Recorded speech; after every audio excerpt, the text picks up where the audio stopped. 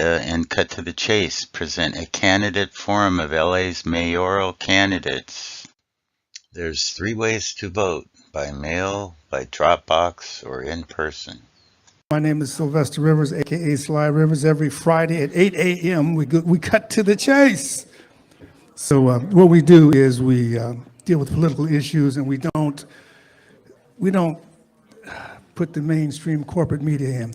We also like to thank this institution. This is the Harriet Tubman Center for Social Justice. Thank you, Maggie and John, wherever you are. I don't know if you're in the house right now, but we appreciate you so much.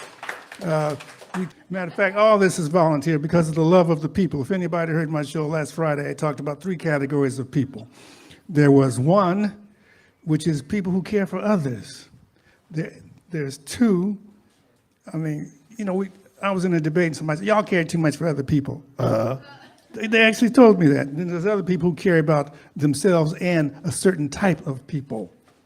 You know, the people in their category, like blacks, whites, gays, whatever. You know, I'll accept them, but I don't like you, I want to kill you. And there's those people who don't care about anybody except self. You like yours, what is it, number 46? Like 46. Only me, that's it. We also like to thank Charlie. He's live streaming it. And so let me see if I get on. We like to thank Aki Bamboo for donating the food. And who am I missing? Okay, so what we're going to do, if y'all would take your places, we're going to start this program. This is a Los Angeles mayoral debate, or excuse me, forum.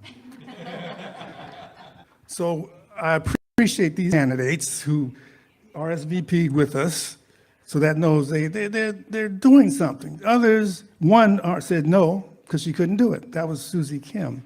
Then others just ignored us. Why did they ignore us? Because they think they got that kind of power. They think they're ahead, so they don't have to interact. They don't have to get, you know, if I'm running and I believe in myself and the people, I'll go anywhere and debate with anybody. I'm not trying to pick and choose because they're probably getting paid.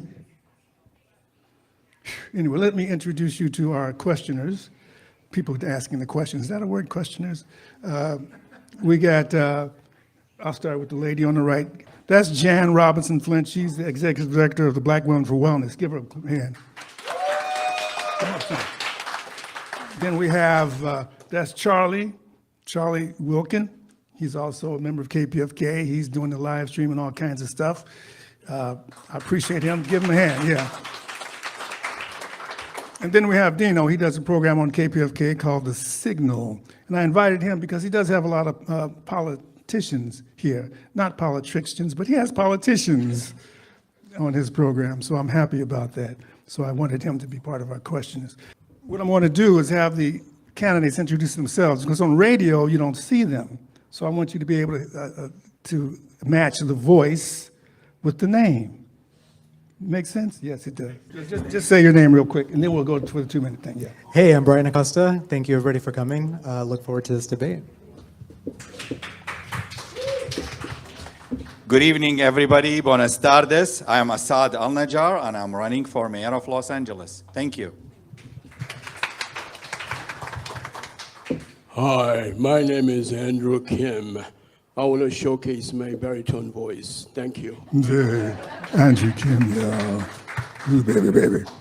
Hey, everybody. I'm John Logsdon, running for mayor. It's nice to say that. Thanks, Sly. Thanks, KPFK, for having us. It's going to be fun tonight. Thanks. Hello, my name is Reverend Ray Huang, and I'm also running for mayor. So great to be here. Thanks. Hello, my name is Tish Hyman, and I am running for mayor of Los Angeles. I am very happy to be here. Thank you very much. Hi, everyone. My name's Andre A. Salivra, and it would be my pleasure to serve you as your next mayor for Los Angeles. All right, so how this is going to work, we're going to start. We have our timekeeper out there.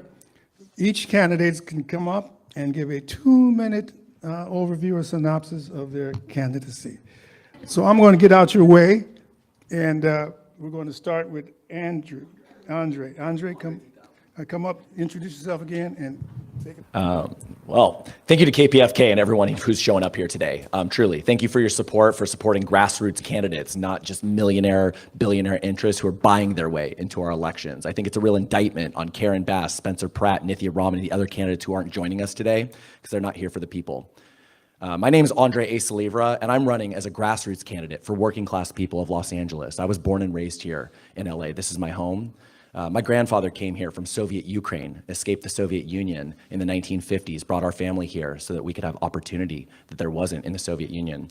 Our family struggled growing up. I was in foster care as a youth. I was bouncing between my aunt and uncles and grandparents' places. It was tough growing up as a second generation immigrant here in LA. I was even homeless myself as a teenager here in LA at 19. But I fight. I do not ever give up, ever. I fight. It's in my blood. We're Ukrainians. We don't give up. So I pushed. I went through community college, got myself enrolled, got $3,000 in Pell Grants. It changed my life. Got myself into an apartment, worked full time, transferred to UCLA. I graduated near the top of my class. And I had options to go to other schools on the East Coast, some Ivy Leagues. I chose UCLA. Why? Because I wanted to be a product of the public school system here in LA. This is my city. This is my home. This is who I represent.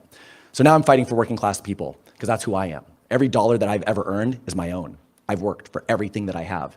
And I'm good at what I do. I'm an engineer by trade. I think I have the right skills, experience, and also the right just values for this job. As a working class Angelino who understands our people, who's been homeless here in the city, who understands what it's like, I'm proposing solutions that no other candidate's talking about, right? Dormitory style housing for the homeless. We're gonna convert underused commercial office spaces all throughout the city, 500 units at a time, getting people off the streets, and then creating wraparound social services, mental health treatment, jobs training and placement, addiction counseling. Then we're also going to save Hollywood. This is really important, right? We're going to bring back Hollywood entertainment jobs by closing off Hollywood Boulevard and Broadway, historic Broadway, to pedestrian traffic, making sure that people can come from all around the world to see where entertainment is made here in LA, revitalizing our tourism, revitalizing our Hollywood entertainment workers, and making sure that we have tourism dollars coming into our city to support our city.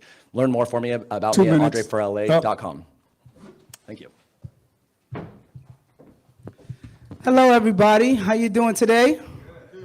Awesome. First, I would like to thank I'm so sorry.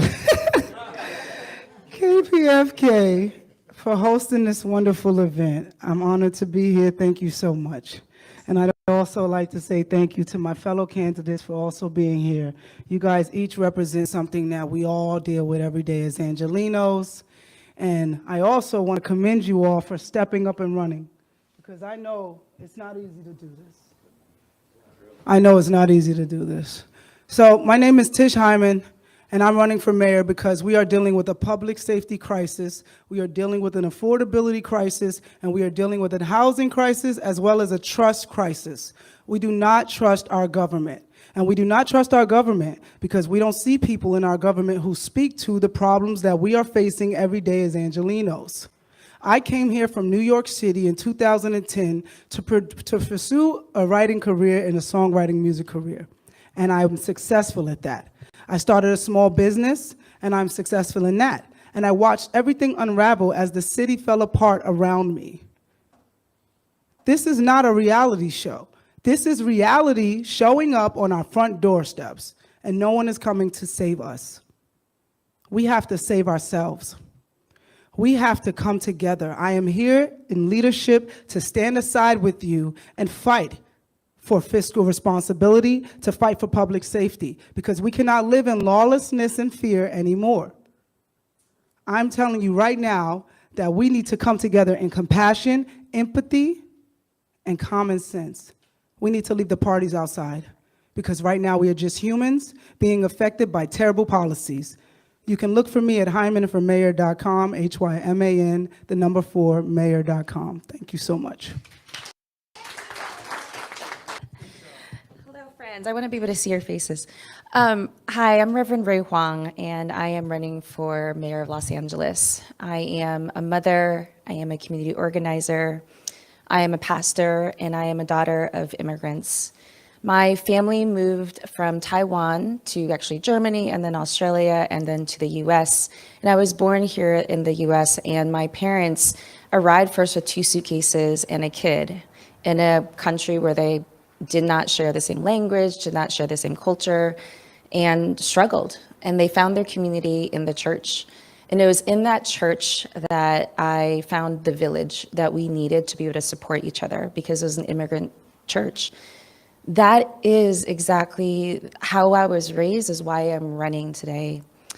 The honest truth, friends, is that we are living right now in a deep culture of fear. It is what drives everything. It drives how we live. It drives how we work. It drives how we eat and how we sleep. That's why we've had so many sleepless nights. And it drives our politics. But the thing is, I have been organizing here for over a decade, and I've seen our communities rise up. When the fires happened, we rose up and we took care of each other. During the pandemic, neighbor to neighbor, we took care of each other. We rose up for real police accountability during the Black Lives Matter uprising, and we will continue to fight until we finally demand that those funds that are going to the police go back to the community for real safety. We are fighting for our lives, and this is the moment that we need real change. What makes me different than every other candidate out there is that we are fighting an established power of wealth that is going to the very top, and we need a restructuring of our systems for the people. Thank you so much.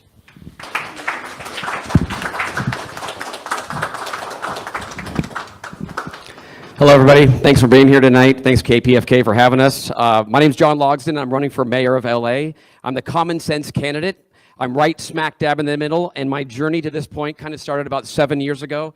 My 8-year-old son and I were in a park in our area, and we were in the middle of a gang shooting while just playing some soccer.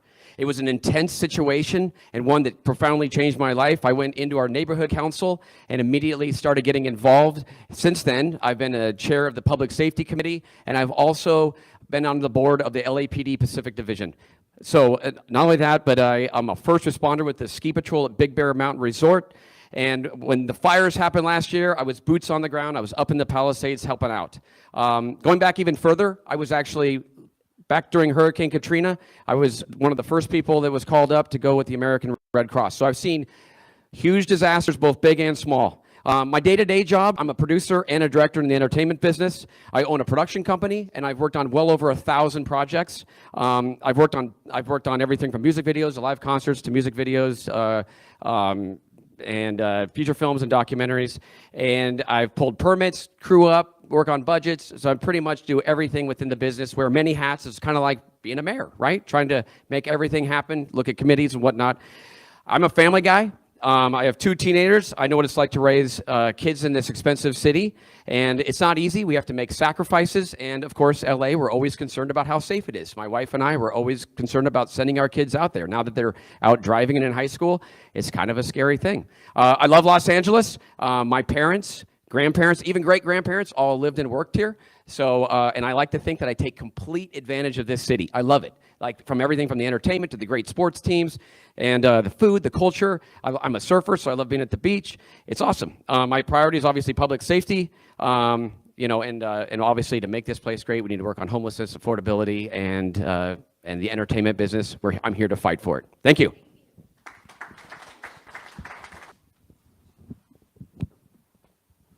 Hello, guys. My name is Andrew Kim, and I'm running for LA Mayor, office of LA Mayor. I was born overseas in Korea and came to the United States as a 14-year-old kid. I landed in a place called Southgate, which is right across from Watts, in the aftermath of Watts riot. That's 1974. In 1960s, we had a real division within our nation, racially and economically. So I saw that in person because when I was being driven from airport as a 14-year-old kid, I saw the buildings that were shuttered on the Century Boulevard. Now I guess it's a Obama Boulevard, but it is Century Boulevard back then. Had all these shuttered, foreboding looking buildings. And I said, what is wrong here? What can I do? What can we do to make a difference?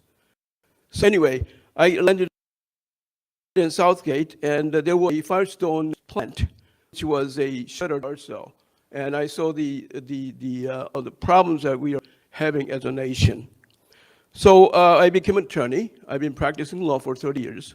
And then I also organized or founding member of a Greater Wilshire Center Neighborhood Council.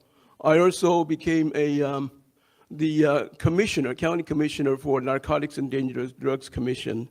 And also I served as judge pro tem.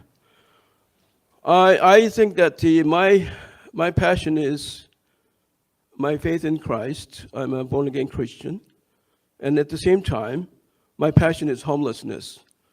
And because homelessness drives me, I want a solution for all those people out there on the street at night. I'm going to start working from day one to make sure these people get the help. Thank you.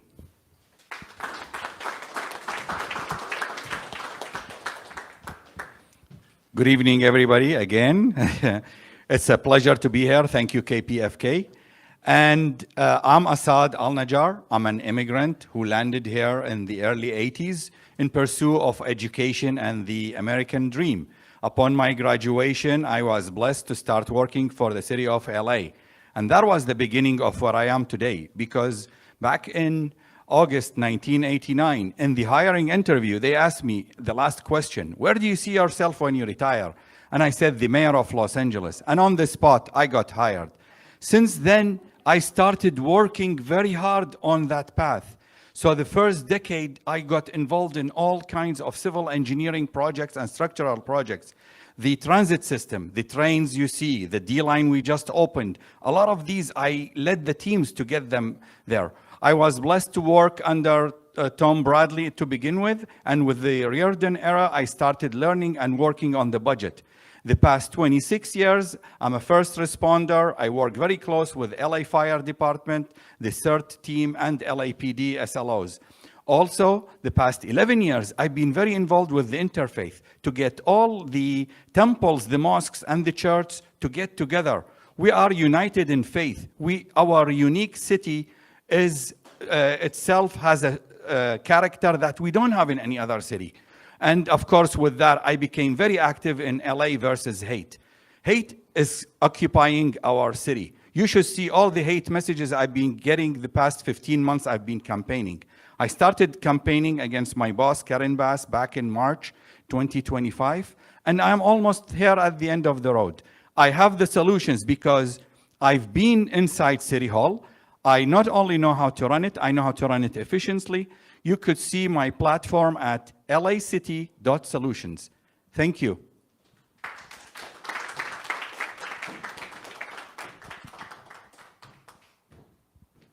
Hey everybody, I'm Brian Acosta, running for LA City Mayor. How many people in here are thriving? Exactly. I mean, Tish said it beautifully earlier. We have to be the ones to save ourselves, and that's why I'm running.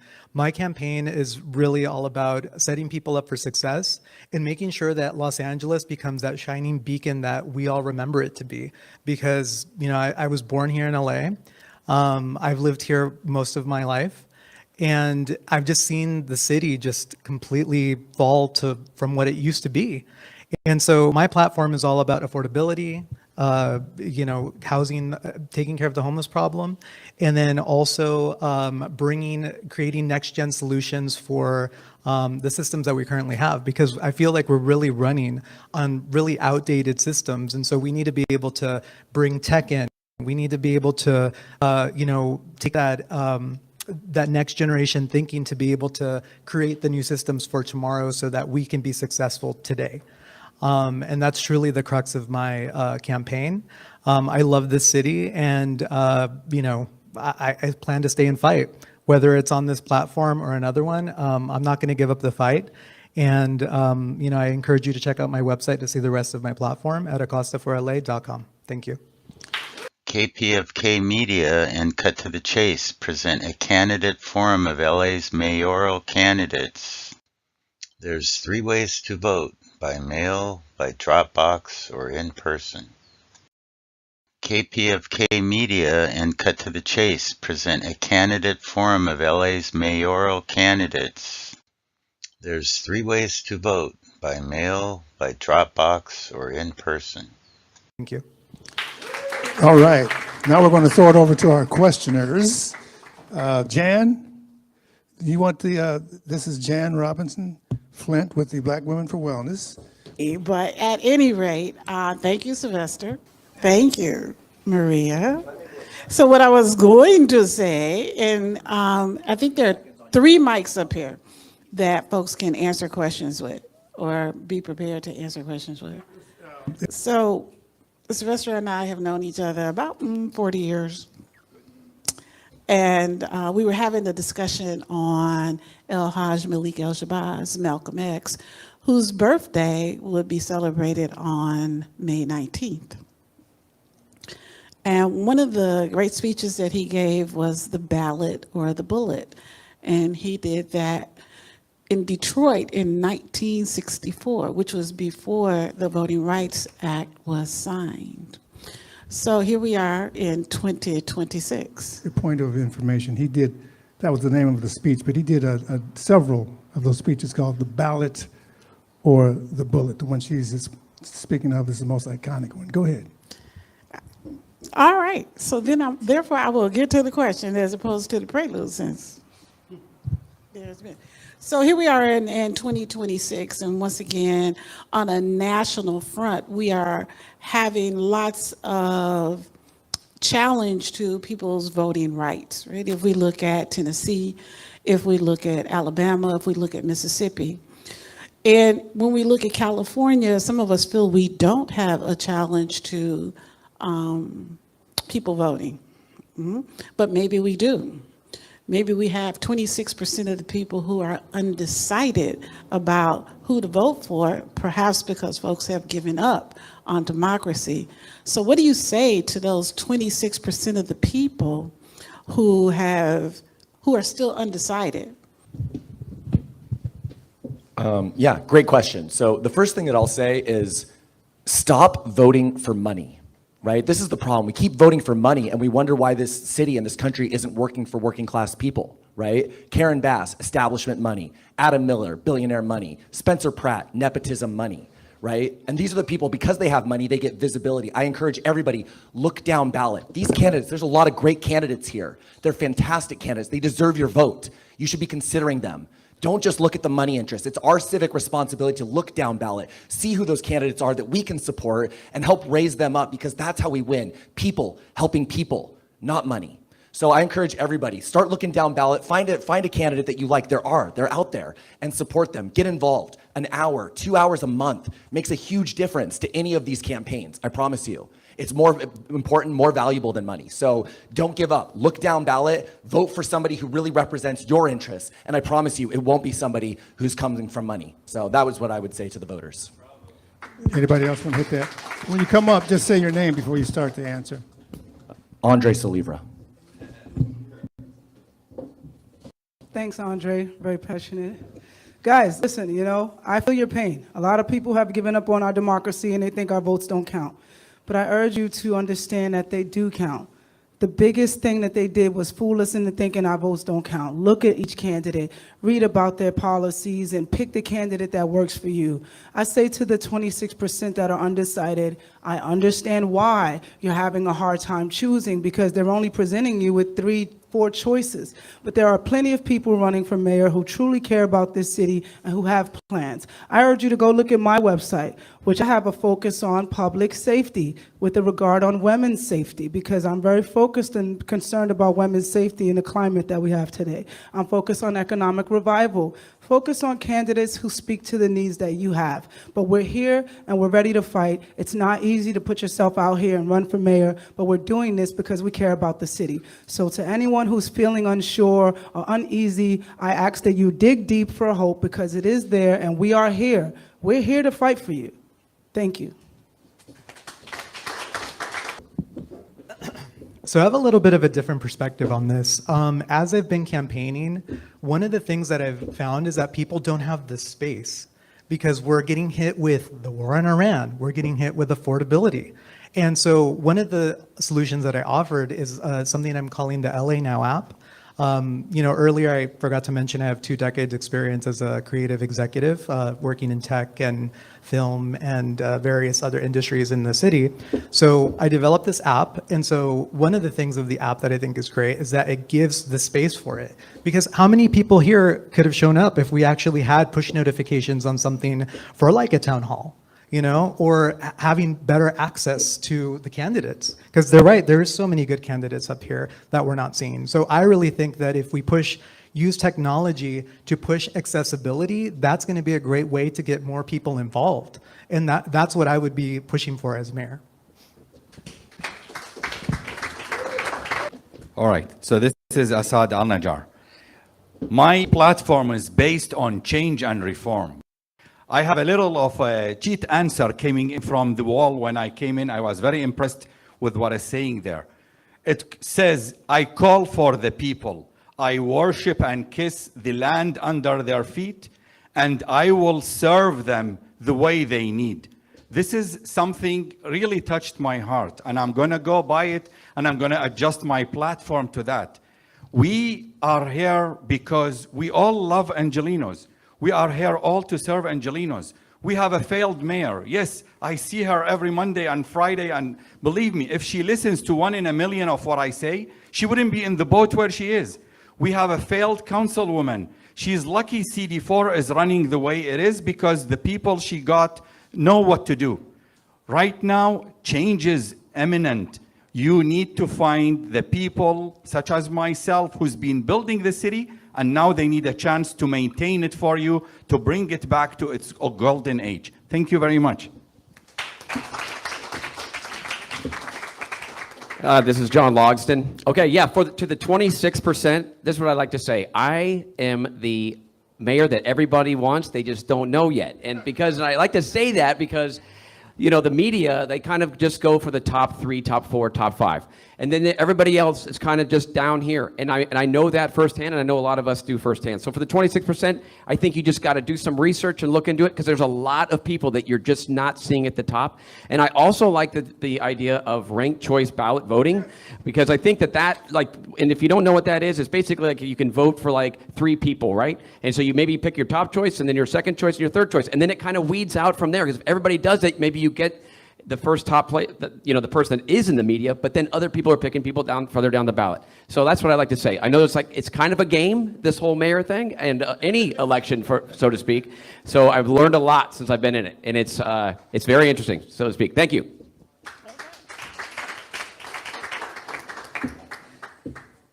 I want to give a kudos to those 27% who I think is a very independent-minded, and that's what it takes. We want people who think for themselves and make a decision based on their own study of the issues and the people they vote for. And I want to give a good applause to them. I want to say that this is we have a historic opportunity at hand, and it's good that we are so many undecided voters, because if you vote for those 3 others, unfortunately, I never saw them in the same podium or place ever. So I don't know where they are. I never saw them. I don't think I'll see them, in a few days before the voting take place.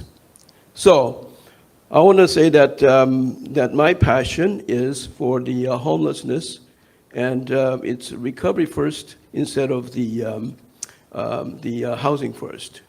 We have a problem. We're going to have the same problem 4 years ago if we elect the same people.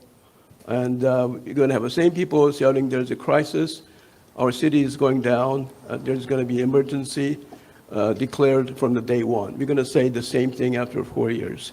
So we applaud those people who are still undecided, and make a decision based on your own study. Make sure that you make your own independent decision. Thank you.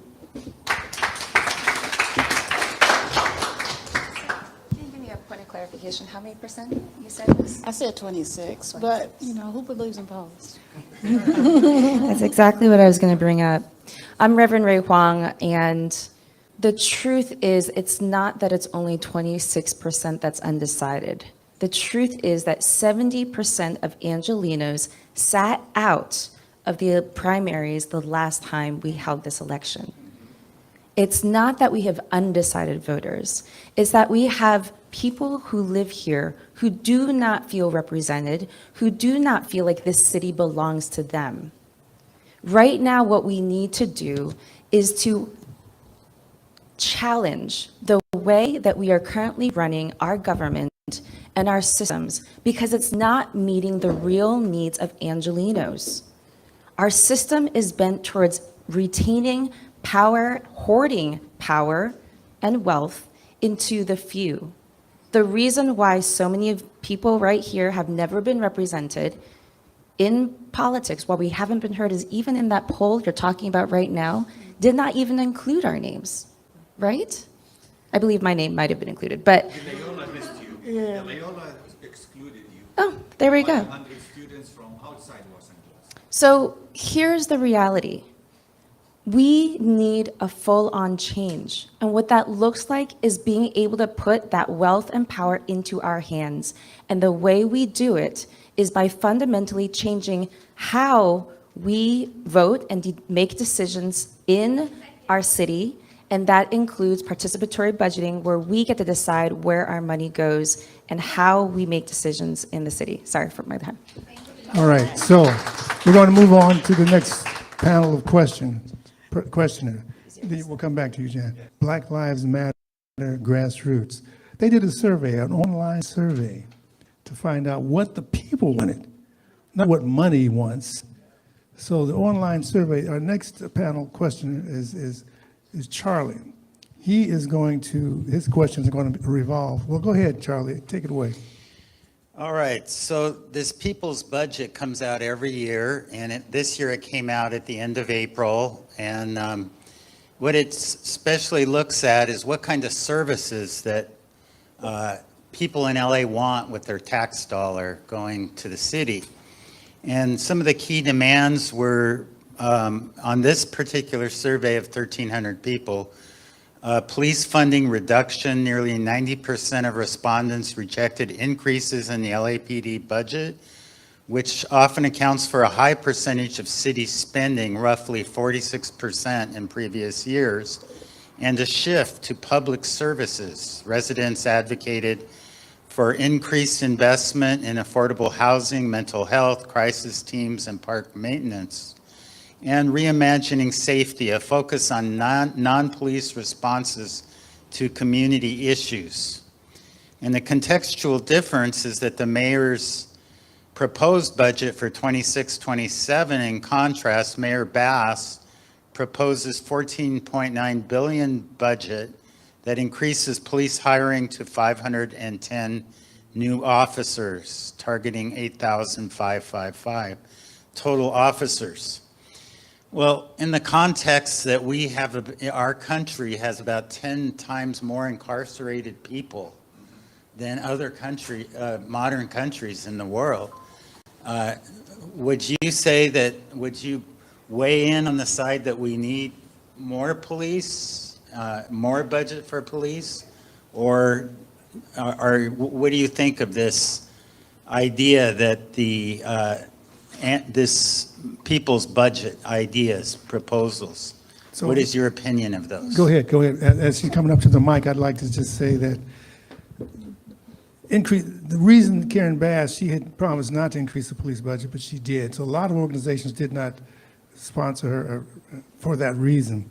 The other thing is, being a black person in Los Angeles, 10% more black people are stopped by the police. So we don't see it as a safety, we see it as something else. It's another gang, another one of the gangs. But anyway, that was your question. Go ahead, Ray. I am very proud to say that I've been a part of the People's Budget LA Coalition from the very beginning, since 2020, when I was part of the City Hall presentation about the first survey that came out, where we, again, for 6 years, by the way, we've been carrying out this survey. And each time, tens of thousands of Angelenos now have filled out this survey. Every single time, at the very top is housing. At the very top is food security. At the very top is job security, all of the basic needs that we need for us to prevent crime from happening in the first place. Why does crime occur? Because we are in survival mode and we have nothing else to be able to survive with. So the best way to stop crime is by actually providing people's basic needs. And when crisis occurs, because crisis does occur, we make sure that we meet the crisis with what they need to have, whether it's a mental health crisis, whether it's a physical health crisis, right? So I am the only person, the only candidate in this race calling for the defunding of the police, because we need to redistribute that money into things that actually keep us safe. I'm also calling for the firing of Police Chief McDonald, who has not been doing his job in hurting us, in protecting us, and the police need to do their job. So that's why I'm calling out. So next. Hello, I'm John Logston. So a little bit of a yin and yang with that, but I am like for public safety, and I actually think that we need to have more, like our police force needs to be up around like 10,000. So we are way behind like Chicago and New York, and we have a much bigger geographical area. So, but here's the thing. Technology has been a force for good as far as this, because the accountability of like even having body cams, I know people are worried about like cops pulling people over and actually doing stuff that like has gotten them in trouble in the past, but I think accountability with the body cams has really driven that down. And that's the accountability that we need. Also, I am 100% for having interventions with people that aren't needing cops. So like this circle team, for example, which goes out and when there is an issue that doesn't call for force like police, you know, then that's the kind of intervention that we need. That's where some of our money should go. So that's where I feel about that. And like, I think what we need to do with all the Olympics, the World Cup, and just how much happens in this city, we just need to make sure that we have a good, solid police force. Thank you. Good. John saved me a lot of the argument. He already said it. Because he is like me. We're first responders. We work close with the LAPD. Look at it this way. I mean, with due respect to all the candidates, I'm the only candidate that actually works on the balance. None of the mayors that I served under, the 6 mayors except Reardon, did actually understand and look through the budget and understand the budget. Our current mayor has no clue what the budget looks like. Her 9 deputies are totally incompetent to know what's going on. It's very simple. We have a balanced budget in a way, but the net balance, when you come to the police, the capital expenditure versus the operational expenditure, that's where you lose track. And all of a sudden, you have overstressed officers sitting home. So your actual officers serving is down in the 5,400 versus 87 on payroll. And all this has to do that on day one as your mayor, I will audit the budget and fix it. I can fix it. Not only that, I'll use only 80% of it, and 20% will be as unforeseen condition or for the next mayor, or like the 2 colleagues here who deal a lot with the IT budgets, they use it for other stuff. Thank you. Next candidate, and you have 30 seconds to respond to something that you don't agree with, so feel free to do that. So for this issue, I think the conversation is like take away money, add money. I think it's actually just reallocating the resources we currently have. You know, replacing the police chief, having a police commission that actually reflects the views and wants of the people, so that they can have better oversight over, you know, people that are doing the bad actors, and then also having good things for the good policing, because there are good cops. So I think that we need to be able to reallocate resources appropriately and be able to have just a better accountability over the police force and a police chief that actually reflects that as well.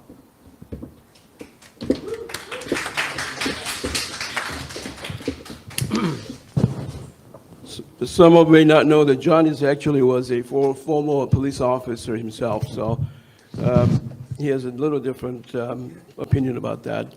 I'm also in agreement with John that we need to increase the police presence. I would say maybe about 1,000 or a little more, because I think that safety is a very important engine for the prosperity within our city. So we have a problem with our crime, and that need to be curtailed. And then somebody said that the judge, the police chief McDonald should be fired. I don't know about that. I think he's doing a tremendous work. I think he's doing a good job at a very difficult situation. I think that right now the problem that we have is a homelessness issue that is so dwarfing the whole situation, where the crime and drug issues are prevalent out there. So we need to curtail. As long as we can curtail and take control of the homelessness, I think you can go a long way to make a less burden for our police department so that we can have perhaps less police officers out there. But right now we need a police officer because we have a FIFA and the Olympics that's coming right now. Thank you. I'm just going to say one thing real quick. This is John Logsdon. I appreciate, Andrew, that you think I was a cop, but I actually was never a cop. I was a first responder, but that's it. So thank you. Just clarifying, I'm all about truth. So there you go. So look, I'm going to answer the question. Yes, I believe in a people's budget. I believe in civic assemblies. My name's Andre Saliva. I'm running to be your next mayor for Los Angeles because I'm representing the people of LA. It's our money. It's our taxpayer money. These politicians think they know better than us where our money should be spent. No, they don't. We need to fight for it. And this is why we don't support LAPD increasing their budgets. Why? Because we see that LAPD has a culture problem, right? This is the problem. If the LAPD were treating people with respect, with dignity, we might be in favor of increasing their budgets, but they don't. They beat the hell out of us. They fire rubber bullets at us. They violate our rights. They spend $300 million a year in liability payouts. It's a culture problem, and McDonald's responsible for that, and so is the mayor. Right? As mayor for Los Angeles, I'm going to reform culture at LAPD. I'm going to make sure LAPD knows they work for us. They respect us. They treat us with dignity. Even if you're a criminal, you get treated with dignity, right? That's important, right? That's justice. That's what our police need to stand for. And so, yes, I believe in making sure that our police are held accountable. We will not increase their budget until they treat our people better, period. Thank you. So guys, I wanted to go last because I'm not an engineer, but I grew up in the Bronx, New York, in an under-policed area on welfare. And I don't believe we need less cops. I think defunding the police is the opposite of what we need to do. We need law and order and accountability. Now listen, we are in a new day where there is technology that can hold officers accountable. We can do better training. We can reallocate money into training so we have less liabilities and they know how to do their job better. But I grew up in a neighborhood where there were no police, and it was scary, it was dangerous, and it was very hard to get them to come out and service my area. When you defund the police, I believe that the poorest neighborhoods suffer because Beverly Hills is not having this problem. West Hollywood is having less of a problem. There's going to be police there. But we need to make sure that our police are trained properly, the funds are allocated properly. We also need prevention programs. What stopped me from turning to crime is having after-school programs. It's those programs that gave me insight and gave me inspiration. There's a balance here that we need. We don't need less police. We need better trained officers. We need better emergency response services. We need to be safe in our communities. So I don't think defunding the police is the thing I support.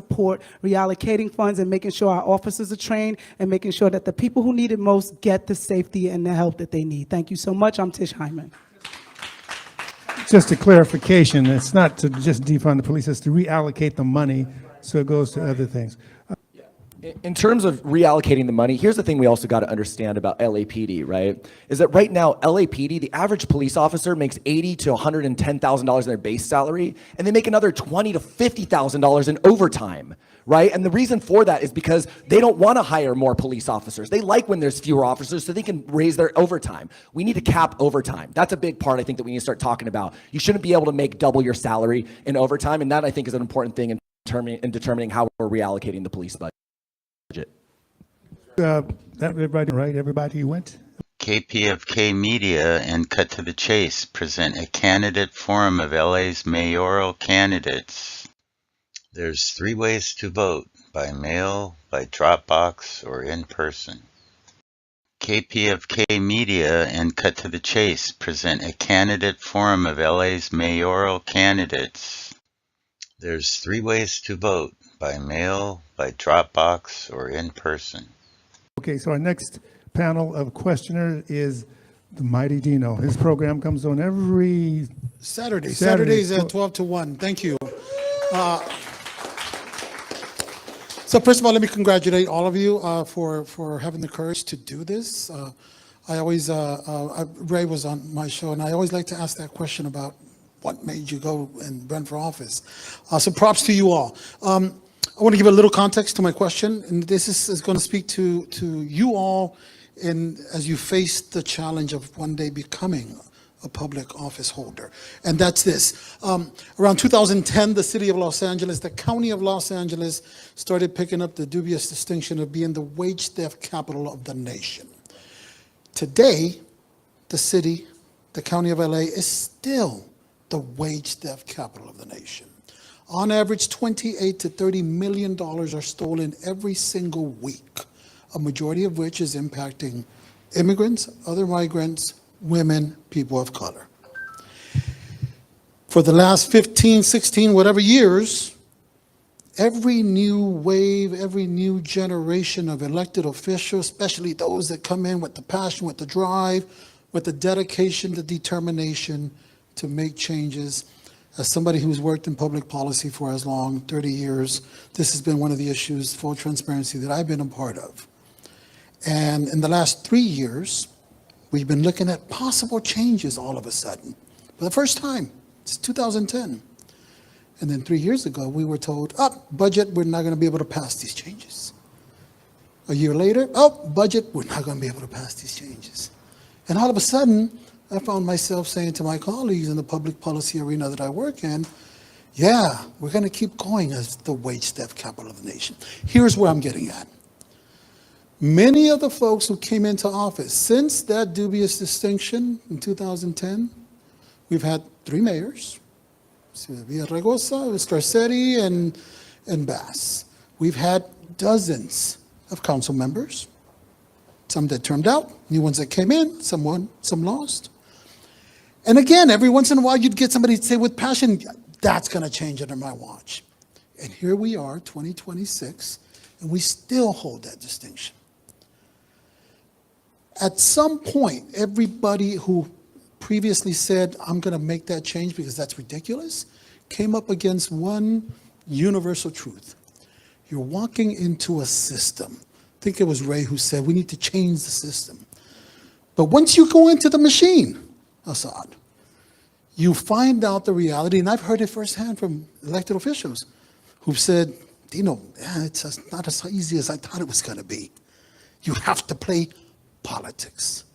And here's my question. If and when you all get elected, how will you mitigate that reality? Because every step of the way, as we campaign, we have promises, we have realities that we say, look, this is what we need to do. And you walk in there, you realize the system hasn't changed whatsoever. You are walking into that system. So my question to you all is, how do you mitigate that reality? You, after all, will become at that point a politician. And you will have to negotiate. And you will have to come to, what is it, not collaborations, what's the word that I'm looking for? Compromises. You will have to compromise.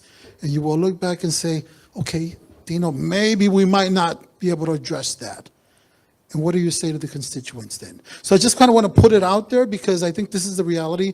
In my experience in public policy, almost 30 years, I've never not seen this happen to some degree or another. What do you say to that? Sorry I took long. Dino, I'm so glad you asked that question. By the way, this is Ray Huang. Because here's the thing. This is the reason why I'm running the campaign as we are is because I'm a community organizer. For us, this has never been about the moment. This has never been about just getting to November. This has always been about building a movement that is lasting. Every single person that has been touched by our campaign that we bring to volunteer, we actually organize them. We train them in organizing 101, and we organize them to organize their neighbors who organize their neighbors and organize their neighbors. I'm proud to say we have, I believe, now over 30 neighborhood captains across the city who are organizing their whole neighborhood. We have 99 neighborhoods, by the way, in the city of Los Angeles. So that way they are organizing their neighbors, canvassing, learning political strategy, learning how to power map, learning how to carry out house meetings. So that way we understand that we're building something far bigger.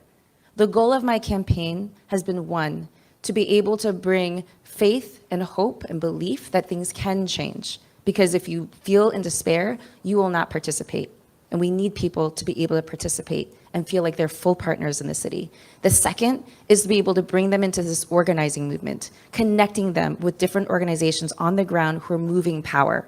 Number three is to give them solutions, real solutions that we have been acting upon, such as the participatory budgeting process, which is part of my platform, which is social housing, which is fast and free buses, which we've already done before during the pandemic, which is a public bank. These are the ways that we can fully transform a system that needs to be changed.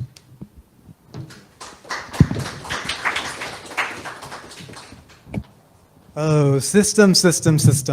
I say let's reset the system. That's what I'm going to do in my LA Now app. One of the big things that I'm a big proponent of is having a digital bill of rights because, you know, we have advanced so much with technology. But until Congress gets their act together, my LA Now app is the next best thing. Imagine having a world where we could have a Yelp type review system that works in real time for all of our leadership.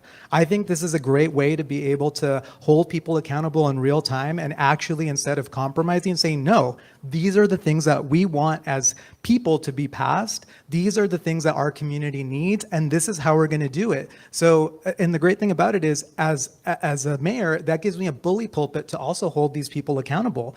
If I'm able to see, Nithya spent $2 million building 2 bathrooms in Runyon Canyon, I'm like, hey, what's happening over there? Why are we overspending on something that we all know we can get for like 30 grand? So having that level of transparency and accountability is going to be key, and that's a great solution and part of my campaign on how we're going to change things. Thank you. This is Asad Al-Najjar.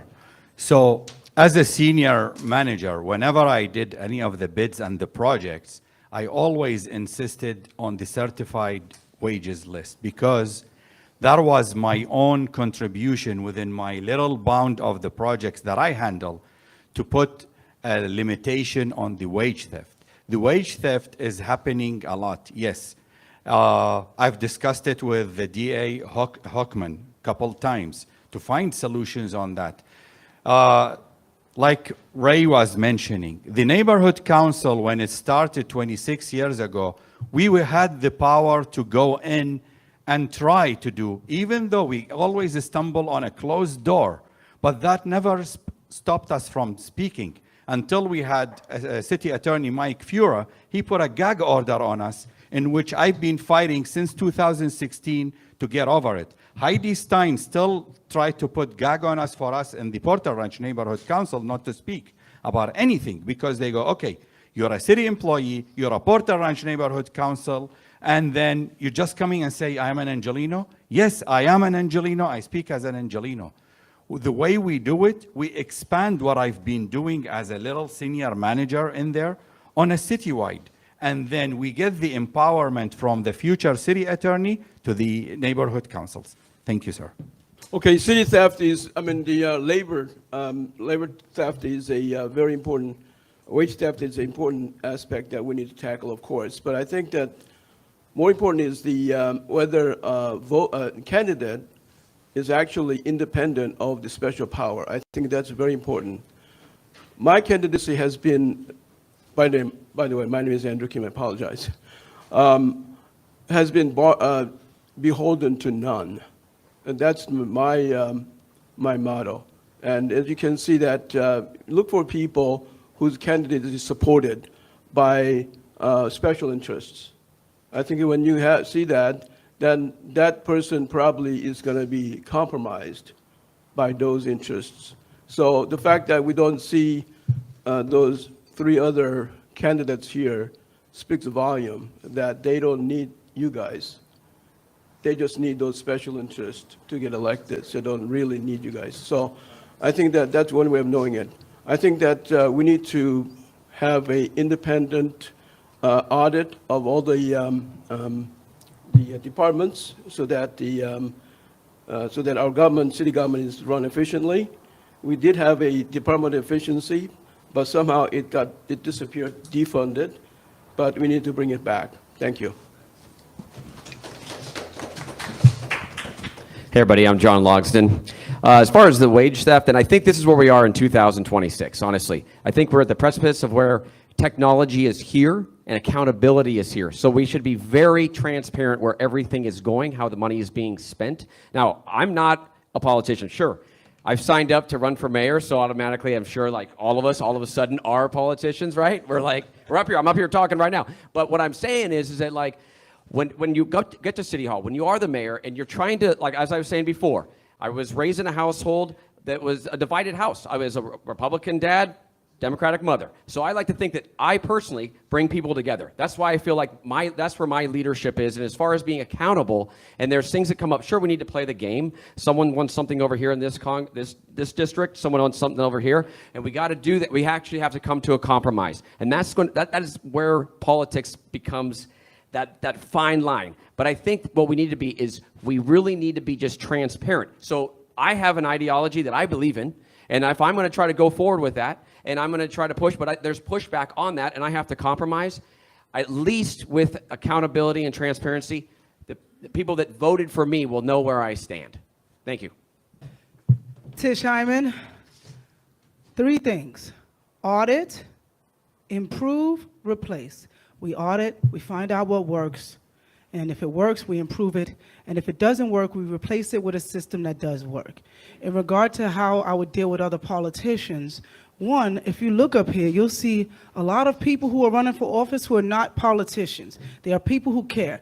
And these are not the only candidates that are coming up and trying to get into seats. There are a lot of council seats that are coming up right now, and really people who care are there. So what I'm counting on is going into a city council, because we have a weak mayor system. So no matter what I want to do, I have to work with the city council. So what I'm really good at, of what I learned in the music business, which is almost an impenetrable business, and I've been for Grammys and worked with Alicia Keys, Ty Dolla $ign, Kanye, it doesn't really matter, but the point is you have to negotiate. High stakes, and there's high cost if you don't negotiate properly. I'm a master negotiator. I love people, and I believe at the core of everyone there's some little slight slither of good, and if it's in there, I'm gonna find it, I'm gonna heighten it, and I'm gonna bring it to the room. I can change the energy of any room that I walk in, and I believe in myself and my ability to unite people under one truth. We all want safety, we all want prosperity, and we all want a fiscal responsibility at the forefront of our government. Thank you so much. Tish Hyman.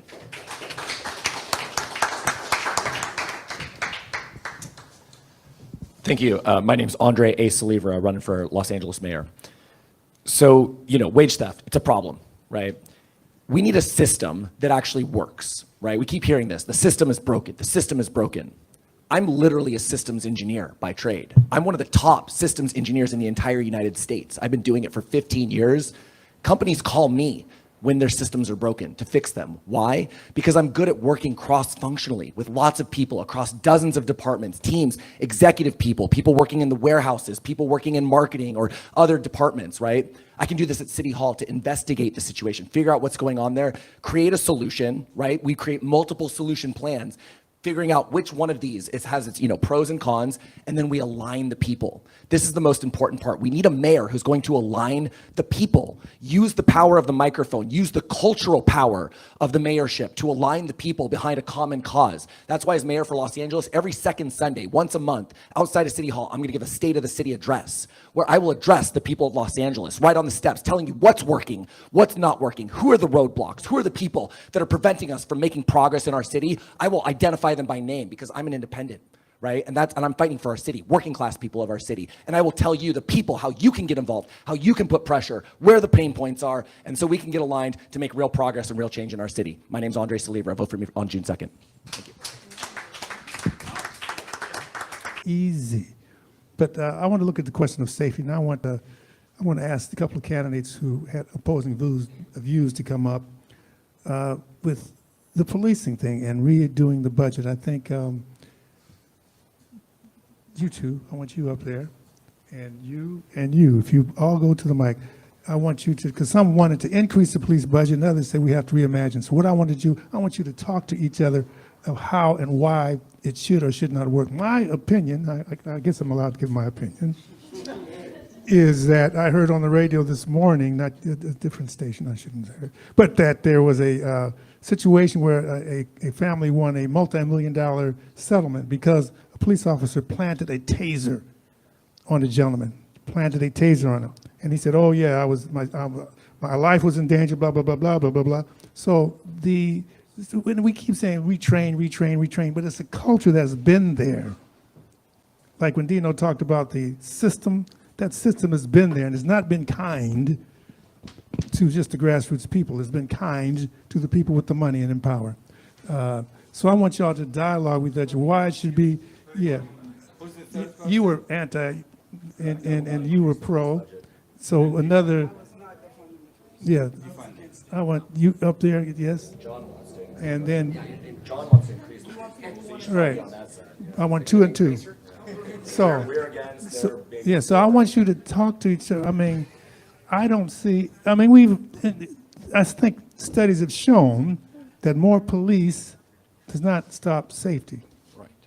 And then we have to look at the reality of it. The reality is that the police put drugs in the black community. Right. That's true. That's right. And, you know, we have to look at this. I want y'all to dialogue about that. Yeah, so I'll go ahead and lead off on this one because I honestly think that.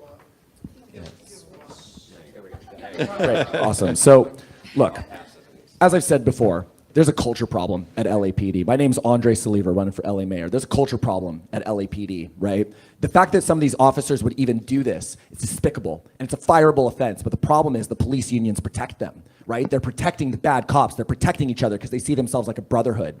We need to make it expensive to be a bad cop. I'm actually personally in favor of professional liability insurance for police. We're gonna stop paying for the liability payouts of our LAPD. When they commit infractions, when they're violating our rights, when they're hurting people, it's gonna start coming out of their pocket, right? We're gonna make sure that they have to buy professional, and look, we can even give each one of them $5,000 a year. Go buy your insurance. If you're a good cop, it might only cost you $2 or $3. If you're a bad cop, it might cost you $10, $20, $30,000 a year to be a bad cop in LA. And that needs to be known, because then the police unions can't protect them. Then their own pocket is gonna hurt. And that's how we're gonna fix this situation.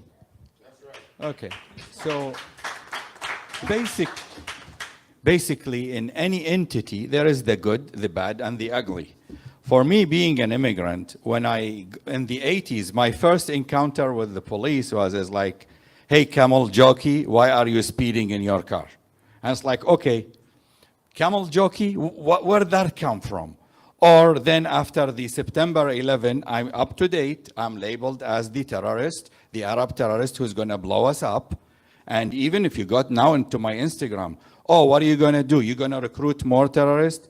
Is the culture, not only the LAPD, the whole city culture. And it's not only, the BLM is not only Black Lives Matters, it's Brown Lives Matters too. Because we are in the same category. The Arabs, the Latins, the Hispanic, the blacks, we are all in one pot in which our rights are gone. I'm for balancing. Do you see, there is net balance. Look, we cannot have no law or an order. We need police force for speeding, for safety, for whatever is going. Look, the crime, whoever is doing the crime can be any color. Who's ever selling whatever it is, who's ever stealing, can be white, can be brown, can be black, can be anything. So you need a system. I'm for balancing it. We lost the civilians. John and I volunteer so that we fill in some of the work. Oh, okay, I'm sorry. I thought it's an open discussion. I wish, yeah, okay. Sorry, I'll give it to John. Oh, yeah. Ray, go first. Okay, we'll just go. Sure. I mean, the thing is, the history of the police, where they come from, is from slave catchers. Right. That is the history of the police. Who are the police protecting? What is the police trying to protect? Anybody know out there? Private property. That's right. Capital, private property. So if the police is meant to serve people, they're not, that's not what they were meant to ever do. That is the history of police. And we've seen it here in the history of Los Angeles, how corrupt, how historically racist, classist, homophobic, transphobic, all the sexist, all the things, you could name them, right? And so what we need to do, what Black Lives Matter is inviting all of us to do, is to reimagine what real public safety actually looks like and feels like. Because the Black community, out of all of our communities, including the Indigenous community, we are the ones under threat. They are the ones dying on our streets. And so in what way do we have a gang, an office, a department dedicated to killing our own? You want to talk about real safety? Let's talk about the fact that we have less police officers than we've ever had, and we have lowered homicides. Crime's down. And we're still increasing our police budget. Why? Because the Olympics are coming here, and they're here to protect the capital and the power and the wealth of those who come and see us, this city of ours, as a playground. Well, enough is enough. Let's reimagine what real public safety looks like, and that means having people's needs actually met. And real quick, I just want okay, please applaud. Okay, that's great. Please Does applaud. it work? And I Okay. really, real quick, I just want to add real quick to that. She identified something that's really, I'm just going to add a quick second, something that's really important. We need to make sure that there's also an educational component, mandatory education, right, for our LAPD, because let me tell you, 2 times so far on this campaign, while I was flyering in public, doing my First Amendment right, LAPD cited me. I was cited by police officers twice because they don't even have enough education to do their job. So I think that's Okay. important too. Here's the thing. This is amazing. Sly, thank you for having this. What's that? Oh, yeah, I'm John Logsdon. But thank you, Sly, for having this little discussion right here. Okay, we live in Los Angeles, right, which has the crazy history of the LAPD and police. Probably out of anywhere in the world, maybe, right? So here's the thing. I wish there was no cops. I think we all do. None, zero. But unfortunately, we do need law and order because there's people stealing stuff. There's things just going on. I wish it was just all kumbaya and love and butterflies, but it's unfortunately not. And so we definitely need law enforcement. Now, I am all for, like I mentioned earlier, for having like when not everybody needs to be doesn't need to be a badge that shows up every time there's an actual incident. It could be somebody else is coming in like a negotiator that makes things happen. Like I mentioned, the circle team. But we still definitely need to have police in this society in LA. One day, maybe way down the road, we will get back to where we need to be, and we don't need police. But right now, we do. Thank you. Yeah, I think, Ray, I think you belong in Soviet Union. With all respect. And this is Andrew Kim speaking. I think that right now, the fundamental part of American tradition is life, liberty, and property, private property. Yes. And all races have a private property, not only whites or Asians.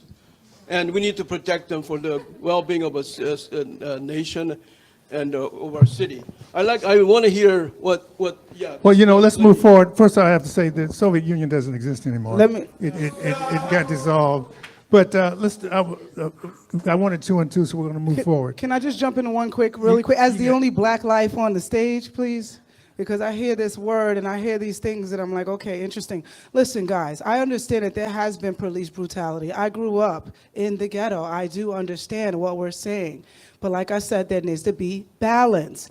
Jingle bells, that song where it originated, it was a terrible origination for that song, but we're not going to stop singing it at Christmas. Listen, police started out as slave catchers. It's been a long time since they've been catching slaves. We need to focus here. We got cameras for a reason. We have accountability, and if we can, I like the idea that he said, it coming out of their own pockets, their mistakes they make. Yes, they would make fewer mistakes. Ray, you're very sweet, but I don't know where you grew up. I grew up in America. We need police officers, okay? All right. We're not going to play this defund the police crap. We know we need protection. Who are you going to call when something happens to you? Ghostbusters? Time is up. Let's be for real.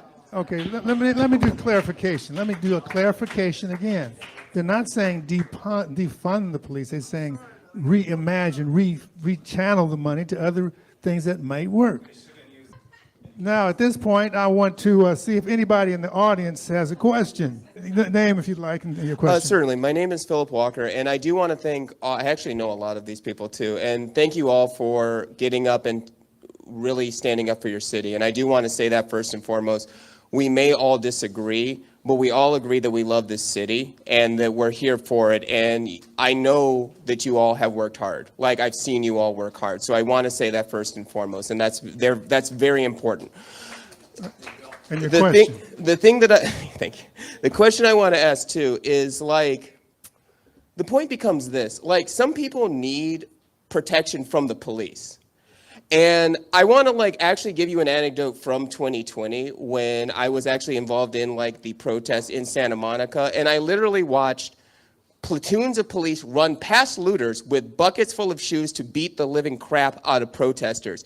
My question becomes, can people actually acknowledge that there is a problem with policing, that this country was built to oppress black people, that the slave catchers, and yeah, there are still slaves, to be clear. Look up the 13th Amendment. So can people actually acknowledge that? And they talk about this and that and Brown and all of that, but can you actually acknowledge the way that this country is constituted to keep people of color and black people down, to brutalize them, and to cloak it in wording like safety, like law and order? Can you acknowledge that? Okay, here we go.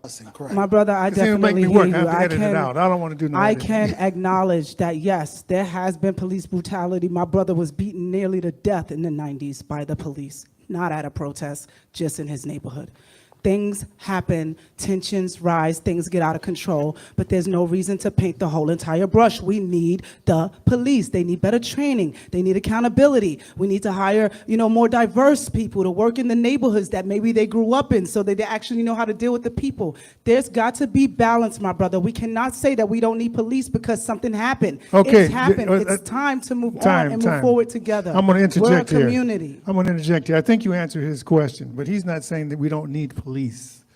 We're saying KPFK Media and Cut to the Chase present a candidate forum of LA's mayoral candidates. There's 3 ways to vote: by mail, by Dropbox, or in person. All right, here we go. We have 2 more questions, 3, and then we'll get to closing comments. 3. Yeah, I said 3. Yeah. Okay, good afternoon to all the candidates. And I've heard a lot about homeless problems here in the city. My question is, as mayor, I don't know if you have the ability or authority, but someone like me, I'm retired. I've worked for 40 years. I'm collecting my Social Security now. Where can I find affordable housing so that I don't become homeless? Because the average price of a home here in Los Angeles is well over $500,000 or $600,000. That is out of my bracket. So where or how would you address affordable housing so that I'm not a drug addict, I'm not a criminal, I don't have a record, and all the issues about homelessness have been about someone that is not like me? Thank you for that question. Brian Acosta here. So I think it's a layered thing because right now also what's happening, why, when people become homeless that are, working individuals, because there's a lot of people that are working poor, it's really hard to get back into housing because it's so expensive. Who has $8,000 off, just to get into a place? So one of the things I want to do is I want to have a layered system where people can, if you're a good renter, maybe you only pay the first month's deposit, you're able to just access a home more easily. Also, I want to push co-op housing where we would have studios, 1 bedrooms and 2 bedrooms for like, $200,000, $400,000, and $600,000, where instead of renting from somebody, you'd be able to build equity. And the great thing about co-op housing is that it'd be non-speculative so that future generations would also be able to have permanent affordable housing. Thank you. Yeah, this is Assad Al-Najjar. I'll refer back to what I stated earlier, the 277-page plan we have. Plus, during the Garcetti era, myself and a lot of the senior engineers, and even including my wife that works in the city of LA, we started working on the Abridge home, in which identified a lot of the buildings to be refurbished. We put how we're going to do the asbestos cleaning. We defined how we're going to have a retrofit. We defined how we're going to build tiny homes. We put a plan on the container homes. We put a plan on the prefabricated homes. Everything was going in. We have budget. The city of LA has the money. Right now, it's wasted left and right, and nobody knows where. I know where it's wasted. I know exactly. There's like a $400 million disappeared, and I keep asking my boss, hey, Karen, where is the 400 million? And it's like, get out of the room. You don't belong here.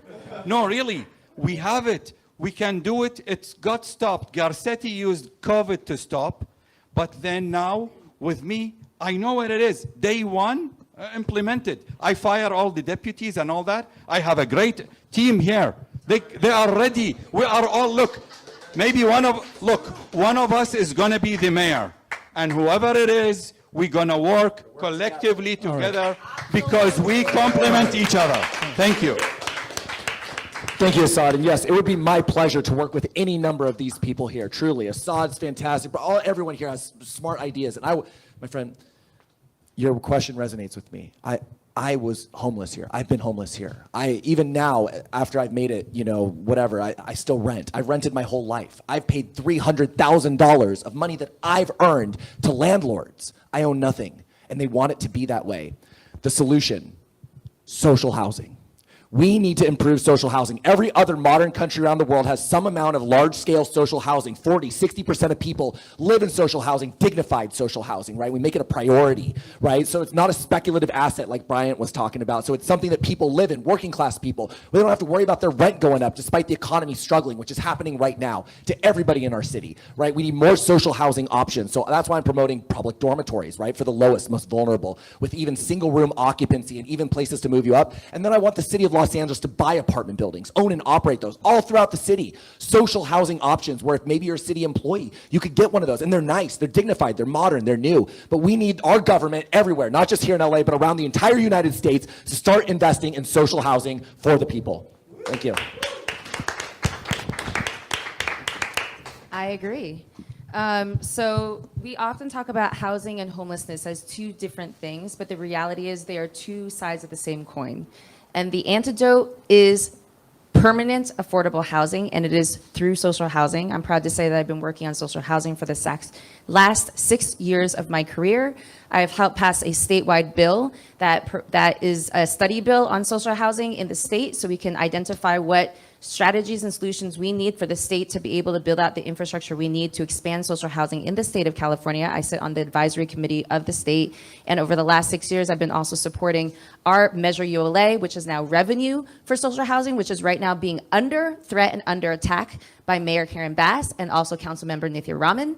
And we need to be able to ensure that we are protecting Measure ULA so that we can continue to use the $1 billion of revenue that will continue to expand to build housing. And let me tell everybody, because this is a conversation right now, ULA has not hurt our supply. In fact, we have had more apartments built over the last year than we ever have before, and we're going to continue to do that. So we need to expand social housing, and that is actually how we're going to be able to stabilize our own Angelenos that have housing. By the way, also tenant protections is something we need, so I'll plan on co-sponsoring a bill to repeal Costa Hawkins. I want to answer his specific question, because his question was about him as a man who's aging and living off of Social Security. I worked with the CFB Foundation for many years, and what we do is we celebrate our elderly. When I traveled in Europe a lot, I saw a lot of elderly people out at the nightclubs and people chilling. My wife, she takes care of her grandmother. They're from Russia. She's taking care of her elderly grandmother. They're not putting them in homes because we find that the deterioration of the mind is happening in these homes. So my point is, the same way we have Medicare for like people who are above a certain age, we need Rent-A-Care for people who are above a certain age. And that's a program that's specifically designed to help people who are now living on Social Security, veterans. These are specific group of people that are really being overlooked because there are people that they feel are more in need than them. But the truth is that everyone has different needs. While I won't say social housing, social, this word scares me because we got the DSA creeping their way into our government through socialism. And we've got to be careful. We've got to be careful with words and manipulation. We are a sensationalized community, and we've got to understand America is under attack internationally from foreign special interests. Say what you want. I'm just telling you how I see it. I have the right to tell you, and you have the right to accept it or not, but do your research. Do your research. Next to the last, okay, go ahead. how are we going to lose a perfectly good nation like United States, prosperous nation? I think that we have a problem right now with affordability. When we have so many of these houses and even necessities in daily lives, food, all that is so expensive these days. And I see so many people are having difficulty. I mean, Social Security benefits, I don't know, that doesn't cover anything near what's required for daily living. I myself, I worked my butt off all my life. I barely bought some sort of house, and some, area that's not very expensive, okay, in my 60s. So it is what it is, but we need to get this thing in control. And then we want to make sure that our housings are affordable, and then we want to make sure that the permits are streamlined, so that more houses are available for average people. And I think that's how we prevent a perfectly good society like ours from falling. Thank you. Hello, John Logsdon here. Make it 30 seconds here. Okay, first of all, I think rent control is the main key. That would be the key of what happens. You reach a certain age, and you're like retirement age, and it should just be capped. That's what I believe on that. Now, us working folk that are still out there, yeah, sure, it is what it is. But that's what I mean. I also think that we need to build. I know SB 79 is coming down. I don't want to be like going into all this, but I just want to say that I think that we need to actually build more in transit areas, create more housing stock that'll drive competition, which will actually create lower prices down the road. Thank you.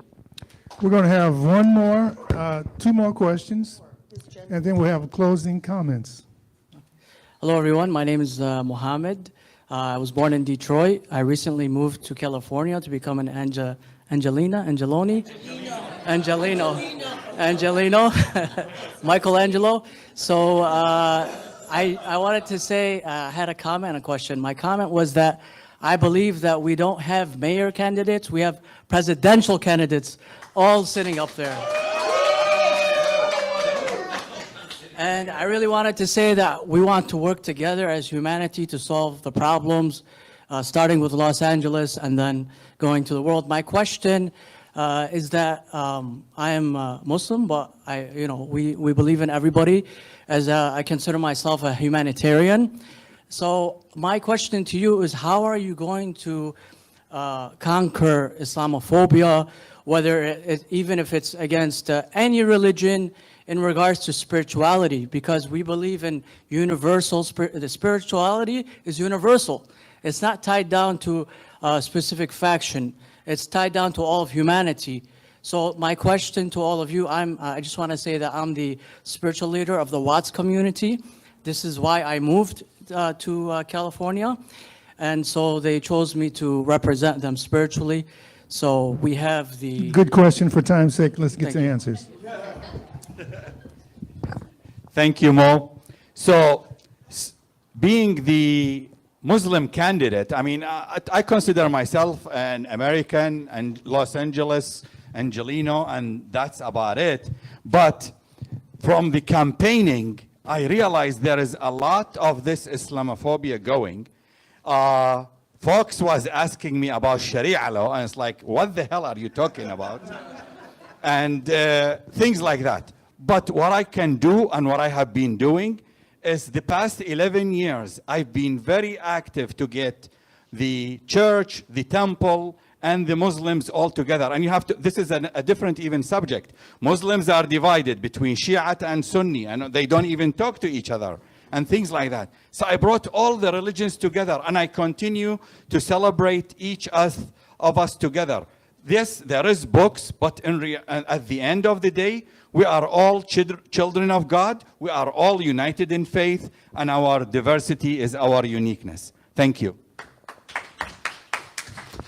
That's really great, and I want to applaud Assad for his efforts, truly. He's been really a leader in helping unify all the different religions and sects around Los Angeles, and truly we need that right now. And I think, you mentioned the right point. You said you're a humanitarian first.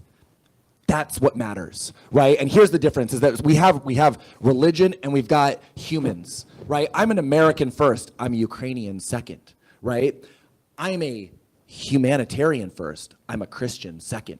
And it's when you start to put your religion ahead of your humanity, that's when it becomes a problem. Then you're a fundamentalist, right? We need to push back against fundamentalists. They are people who would put their religion ahead of the humanity of everyone. And so I think that's the important thing. It's a cultural change that we need to promote, and I will do that as mayor of Los Angeles. It's okay, you could be any religion in the world, and it's great, but we have to put our humanitarianism, our humanity first, and then our religion second. So thank you guys.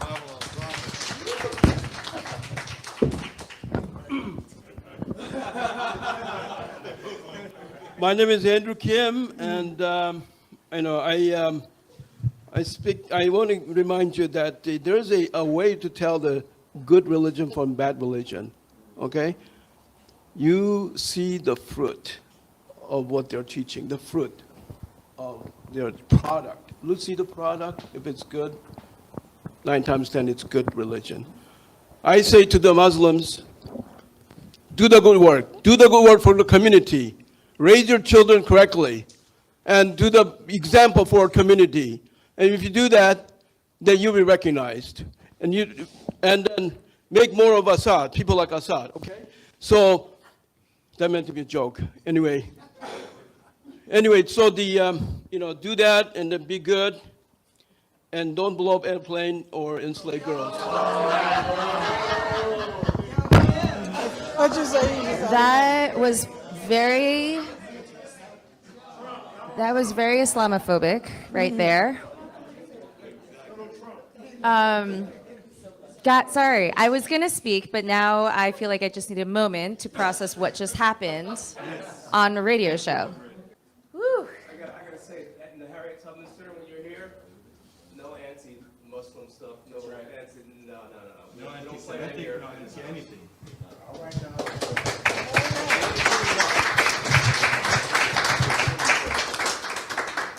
There's no such thing as good religion and bad religion. There are people of faith, all of us. Whew, sorry, I am still processing, y'all.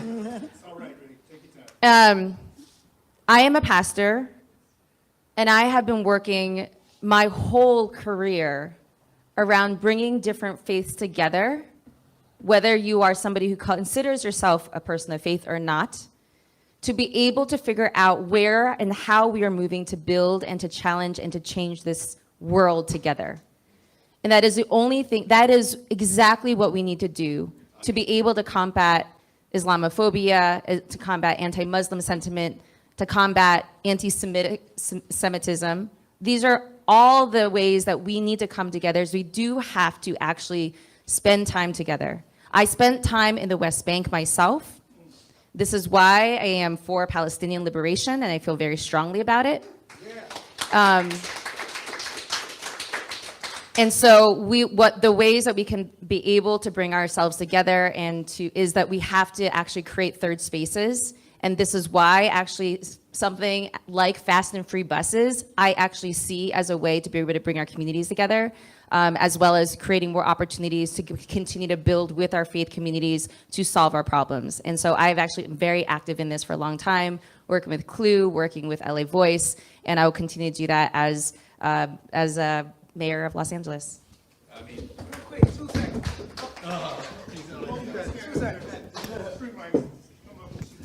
Hello, Tish Hyman. I was in Israel on October 7th, 2023, when the war started. And this is what I got from all of this as an American here. We are Americans first. We are whatever we are after that second. No one deserves to be discriminated against. No one deserves any hate. There aren't any special groups that deserve more protection than any other group. We all should be protected as Americans here because we all want the same thing: prosperity, safety, and for our city and people to thrive. So for me, I look at it all like whatever religion you practice, that's on you. We're all Americans. We're human beings first, and we need to act as that. Even with the parties and political, we're human beings first. We need to get back to humanity. That's my thoughts on that. Thank you so much. Brian Acosta here. So as a tech person, I actually think that because technology has evolved so fast, right now what we're feeding is the algorithm. The algorithm is what's really hurting us because what gets clicks? The people saying all these nasty things. And so as mayor, what I really think we need as a mayor, we need somebody that understands the technology side so that we can actually push back on it, because that's what's dividing us right now. You know, it really is. You look at TikTok, you look at Instagram. I mean, even my ads right now, it's so homophobic. It's just so ugly. And so we need to be able to have a mayor that understands technology and takes the fight to the tech companies. That way we can start bringing down those walls and we can start really unifying in a way that makes sense. Also on my LA Now app, there's a feature so that you could actually see what cultural events are happening, because right now we don't know. I would love to go to some Jewish bar mitzvahs or, you know, some Muslim temple activities, but we just don't know. It's always hidden. And so the app will make it easier to access that. And I just think we need somebody that can, you know, take a handle from a technology standpoint. All right, I'm John Logsdon. I just wanted to say, look at us mayoral candidates up here. Every single one of us is like, this is a diverse group, right? This is LA. This is what is amazing about this place. And it's also like we all come from different religions, backgrounds, cultures. So we all have to respect each other. That's the main thing. It's about love and how we are as humanity. That should be the first priority. I don't know who said that. Andre, I think did. But you know what? Let's just be good people. That's all it is. If we were all good people, we wouldn't need cops. We wouldn't need all this. We would be able to just police ourselves. That's where it all is. So let's just be nice. And there we are. Thank you. Okay. Okay. Did he speak? Did you speak already? Yeah. No. Sit. We have one last question. You already spoke on this question. Okay, you want to speak? Yeah, you can do that. Somebody. Because, Yeah, like 30 seconds. It came out really wrong that I somehow dislike Muslims or Islamic religion. No. What I'm saying is that I love all the religions. Islam is one of the main religions that I respect. That's all I have to say. All right. You made a joke with bad taste. I think that's what happened. All right, so this is KPFK's Mayoral Forum. We're wrapping up now, and we're going to have one last question from Executive Director of BW, Black Women for Wellness, Jan Robinson Flint. Go ahead. Okay, so I'm here today wearing my Black Women for Wellness Action Project hat. Black Women for Wellness is a 27-year-old organization in Los Angeles. Black Women for Wellness Action Project is a C4 organization we started in 2017. So I actually have a couple of reminders and a call to action for you all. So today is May 16th. The last day to register to vote is May 18th, right? So that's this week coming up. Now, you can go and vote at a voter center, but then your vote is your ballot is a provincial ballot. It's counted last. Okay, so your call to action, everybody in Los Angeles is not registered to vote. Register for people to vote, because every single one of these folks up here need people to vote for them, right? So one website that you can go to is called 1 Million Black Voters Rising. This is a national movement to register 1 million new black voters. This is because there has been such an attack on black voting rights all across the South, okay? So I'm gonna tell you that website one more time, 1millionblackvotersrising.org. And your charge and your call to action is to register 4 new voters before May 18th. You got 2 days. You know somebody. You might know a 17-year-old who will be turning 18 before the day of the election. There's a lot of Doris. And don't just tell him to vote, educate him a little bit. I'm going to get on to the second voting, thing. Go ahead. Okay. The second thing in terms of your call to action, we live in Los Angeles, we live in California, we live in America. It's a democracy that costs money. So if you believe in one of these candidates up here, send them some cash. Make a donation, because they need money to make it happen. No doubt, they need money, okay? So they need voters and they need money. So, I mean, it's great to applaud them and to listen and say, yeah, that was a good answer, but really put your money where your vote is, right? Because that's important. That way they don't have to take money from big oil or industry like that, and they won't be then subject to the whims of that industry. If you want a people's candidate, you got to fund a people's candidate. Okay, All right, one more point, got it. and then that is, there are plenty of people in Los Angeles who cannot vote, right? Sometimes for various reasons, in terms of it could be a conviction, it could be a citizenship status, but you know what, they can influence people. Right? So if you run into folks that you are attempting to register and they can't vote, information is so critical. Have that house party, because chances are they know some folks who do vote and they can influence them. Right? So you got actions. We are close to June 2nd. Voter centers open on May 23rd. That's next Saturday. There is challenge to the post office right now. So a lot of people might want to wait until the last day to mail their ballot. I'm going to suggest you not do that.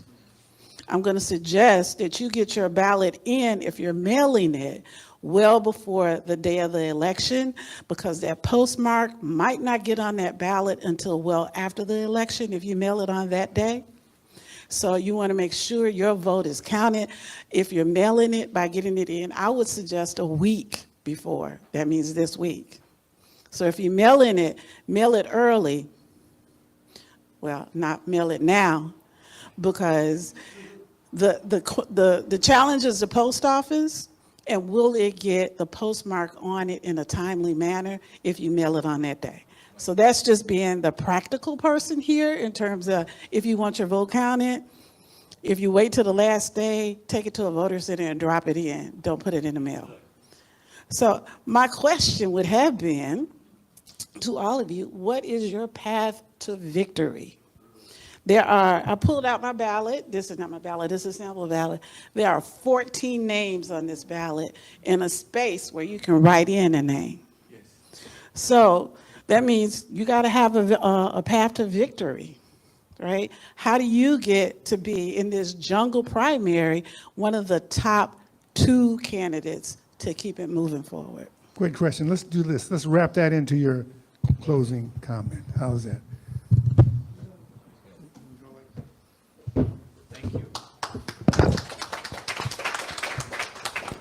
Brian Acosta here. So campaigning, being on the campaign trail, talking to people, seeing how the media has treated this whole campaign, the reality is that money talks, status talks.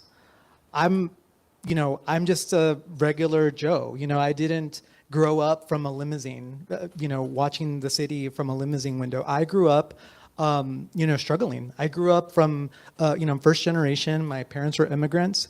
And so I, really heavily rely on community. And that is one of the things that, for my campaign, that I've been relying on is the Latino community, the queer community, millennials. I mean, it's my generation that I'm fighting for.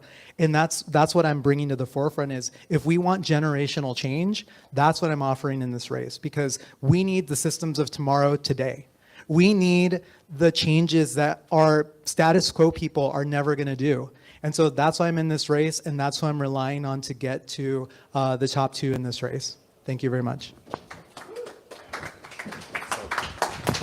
Thank you. Assad Al-Najjar. Well, I renew my thanks to you guys for having this set up. And I'm so proud to be among the best team in Los Angeles. And I really, from my heart, wish one of us is going to be the mayor, because I have no respect for the other 4, really. What I can do is, and what I can bring is 37 years of really hard working to be where I am today. And that has really been the path for me. For many people, for many heritages, for many neighbors, you name it, anybody in not only United States, globally, I'm the 311, I'm the 411, and the 911, wherever it is. And I will continue that. It's an honor that I've been serving Angelenos and with my job 40 hours a week, and in volunteering 60 hours a week, and it's in my DNA. Regardless, I win or lose, for the next few years, I will still continue to serve you guys because my wife doesn't want me to retire, even though I am qualified. But it's an honor to serve Angelenos. It's in my DNA, and I love you all. Thank you. Hi, my name is Andrew Kim. Thank you for listening. Thanks for inviting me to this wonderful location, Harriet Tubman Center. I really respect this this center represents. My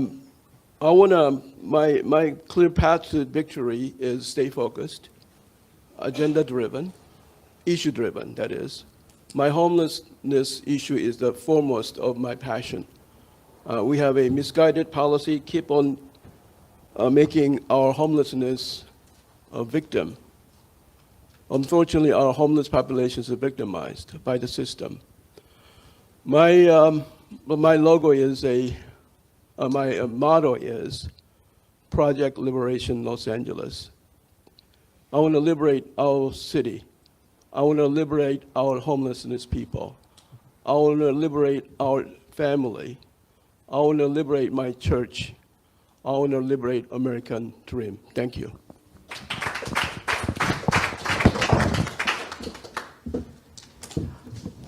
Hello, everybody. I'm John Logsdon, and I just want to say, as far as how I'm going to make it to the top 2 for November, I'm just head down. I'm going to try to make it happen. I'm going to work as hard as hell. But here's the thing.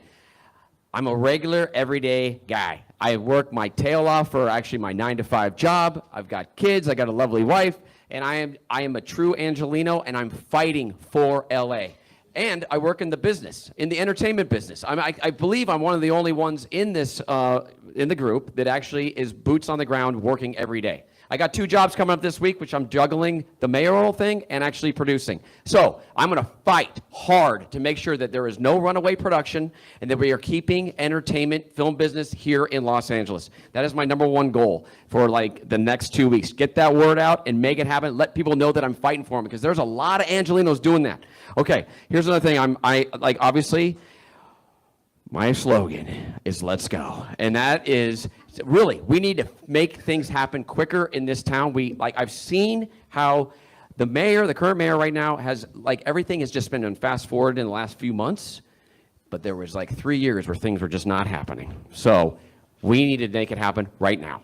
Let's go. Thank you. And I want to just thank everybody here, everybody that's listening on the radio and in here in this room. Take a deep look at everybody up here. Look at the platforms because they are all great and everybody put their heart and soul into that. Look at mine, logsdon4la.com. Thank you, and thank you to KPFK. Appreciate it. Whew, sorry, I'm still processing, to be very honest with you, what happened back there. I'm just being so honest. I felt like my gut was punched to hear the anti-Muslim sentiments named on the stage, which just zero tolerance for that.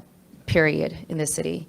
As far as how our plan to win, I'm very proud to say that we have now raised over $500,000 with matching funds to be able, with zero money from corporations, zero money from lobbyists, over $500,000 to be able to put into our campaign. We have knocked on thousands of doors, and our field capacity is we are focused on that and to make sure that we hit as many possible doors as we can by by June 2nd.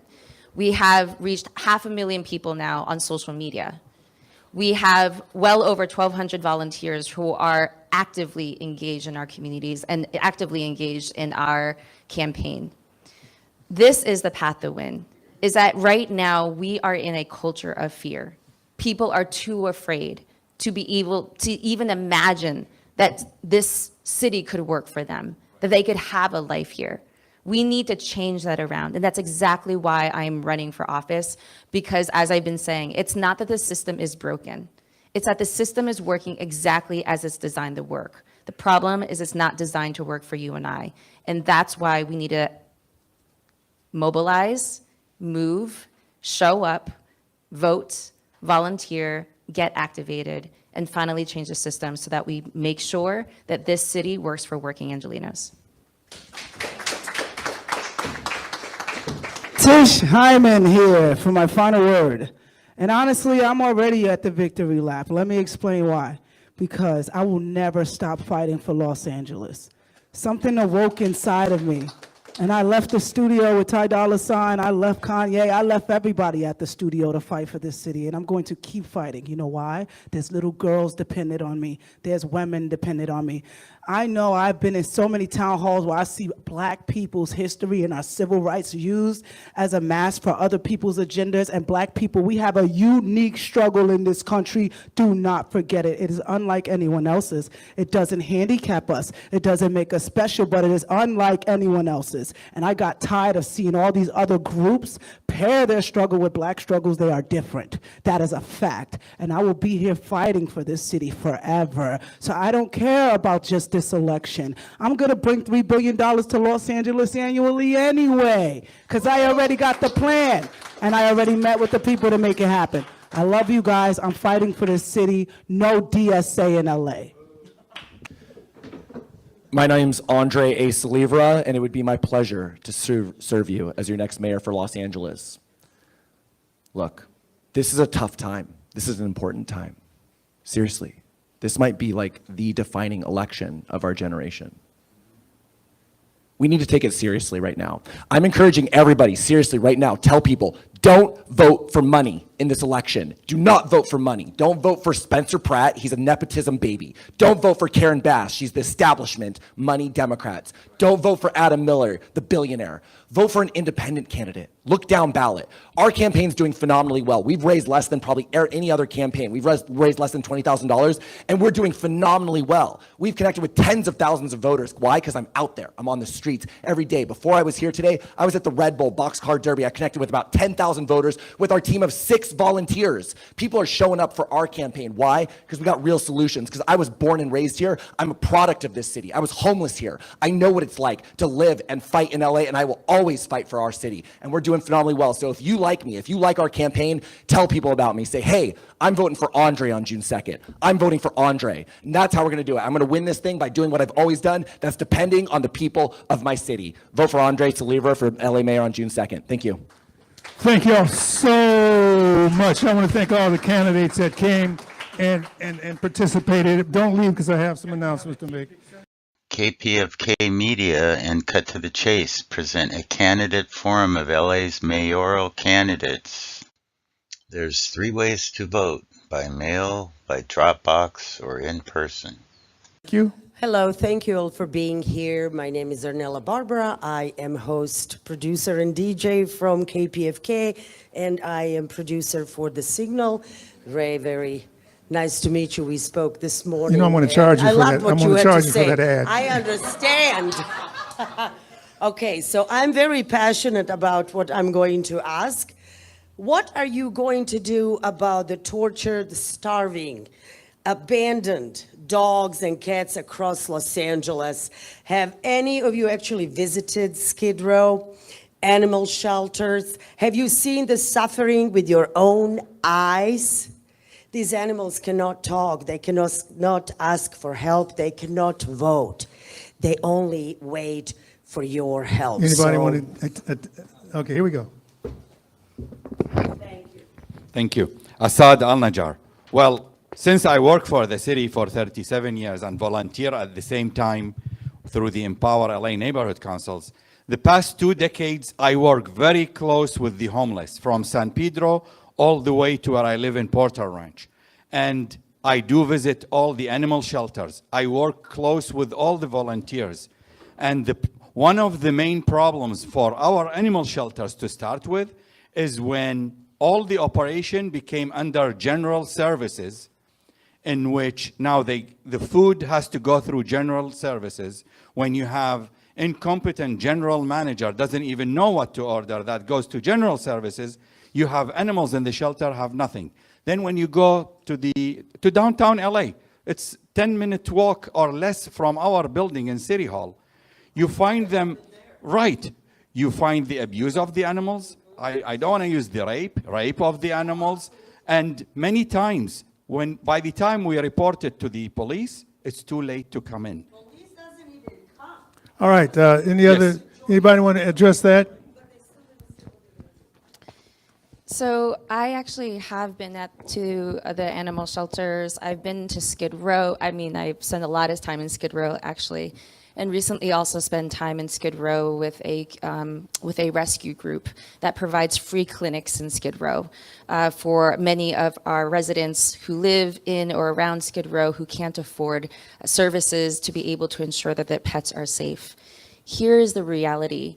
A couple years ago, I adopted my dog, who is a rescue herself, and I was so proud that during the pandemic, there were 0 animals in the shelter. We got to that point. It is completely the opposite situation now. We call ourselves a no-kill city. The reality is we are killing our animals left and right because our shelter system is so broken, it's been defunded.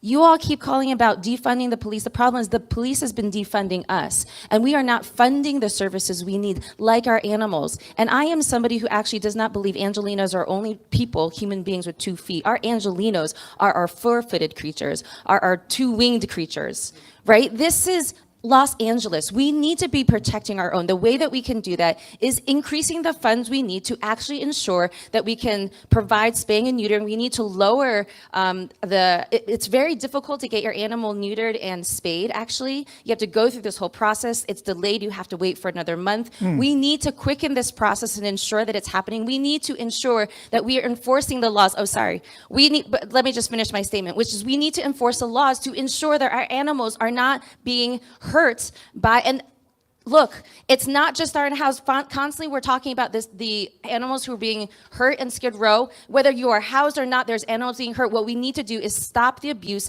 everywhere and enforce the laws and ensure that we are ending all of that abuse. I'm so sorry. I just feel really passionate about this. I think we'll have one more, because I think everybody agrees with this, right? So everybody's in agreement, so we won't have to. Go ahead, since you're up. Yeah. So Brian Acosta. So I want to have an animal protections unit in City Hall that has complete autonomy so that we can actually look at all the things that are happening, whether it's issues on Skid Row, things happening in the shelters, because from what I saw and heard from the shelter people is that people that actually want to change, they get shit on. And, you know, they get... Really? I got to edit that. Really? I have to edit that out. Oh. Are you? Sorry. No, it's not. I have to edit it out. No, it's not at this point. But, you know, we need to have whistleblower protection so that people can actually change things. And so those would be my priorities, to be able to have more autonomy so that people could actually create change, and also work with independent auditors to be able to actually change things in the city happening with regards to animals. All right, let's move forward. I want to take a couple quick questions from the audience. Come up here. Okay, while I'm giving instructions. I'll make it super fast, because I don't feel like anybody's telling you what they're going to actually do. Here's the thing. I have an actual solution for this, right? We need to have an auditing system where every person who has an animal on Skid Row, you have to have a license to have your animals, right? If you're a good owner and you're taking care of your animals, great, you keep your license. If you're not, if you're mistreating them, we revoke it. Then we create a bounty system. If you report somebody, because it's the breeders that are the problem. If you help report somebody who's a breeder and we find them, you get $2,000. Congratulations. You're going to help us police it ourselves. So we're going to create a system that actually encourages self-regulation, and so that's what I plan to do. All right, that's what I like, solutions. Yeah, we're going to go to the next question also. I'm glad I want to hear solutions. Everybody talked about housing and homelessness, but I didn't hear a lot of concrete solutions to that. So let's get a quick questions. We're running out of time. We're going to go a little over because we started late. Line up there for the questions from the audience, Okay, please. this is, we'll go through them really quick. Naibingi Kuti, thanks for doing this, Sylvester. And I just wonder if some of the people, especially the man right here that insulted Ray, have you ever listened to KPFK? KPFK is a progressive radio station. So you should respect our point of view when you come into our environment, because that remark that you made about her being from the Soviet Union was uncalled for. And I think it's so. It basically sounded like Trump. We don't need that environment in our space. I just want to let you know that. And also one other thing, the Olympics. Why are we talking about funding the Olympics? Our city doesn't deserve the Olympics. We have so much poverty in the city. Why are we proud to bring in other people here and we don't even have All right, money to let's take care see of our who own wants to citizens? answer that question. Go ahead, Ray. I would love to answer the question about the Olympics. Here's a question that we have not been asking as a city is, should we be holding the Olympics at all? Should we be canceling the Olympics? Right now, we know, and I talked this morning on Dino's show, the fact that the Olympics coming here is going to bankrupt our city. We already know that. We, Angelinos, are going to be on the hook for the hundreds of the billions of dollars that we're going to have to owe after it's done. We have not seen the budget come through, so we are at risk of that. Second, we know already that surveillance has already increased in our city, and surveillance will continue to increase in our city, just as it has from Paris. The problem with surveillance, a lot of you have talked about surveillance here that is going to protect us. Let me tell you, it's actually quite the opposite. Surveillance is used by ICE to be able to identify our own immigrant families to take them away. This is a problem. Surveillance has been used by Texas sheriffs to be able to find people who have crossed the borders to get an abortion because they don't feel safe in their own state. And they've been used that to identify them. I'm sorry, surveillance is a problem. Third, our immigrants, our communities are already under threat. Federal agents will be increased in our city as we move towards the Olympics, and then further, the LAPD will come under federal control. Do we want that happening? They will have access to all of our information. We need to be asking the question, and I didn't even begin to talk about Airbnb. Right now, the Mayor Bass has already proposed that we give Airbnb more money. Sorry, they're going to give us money so they can buy off our city. We're going to increase the evictions of our families, and we don't even have enough housing. So there's a lot of questions we need to be answering in this moment, and I'm calling for a task force in the city to question whether or not we should be canceling the Olympics.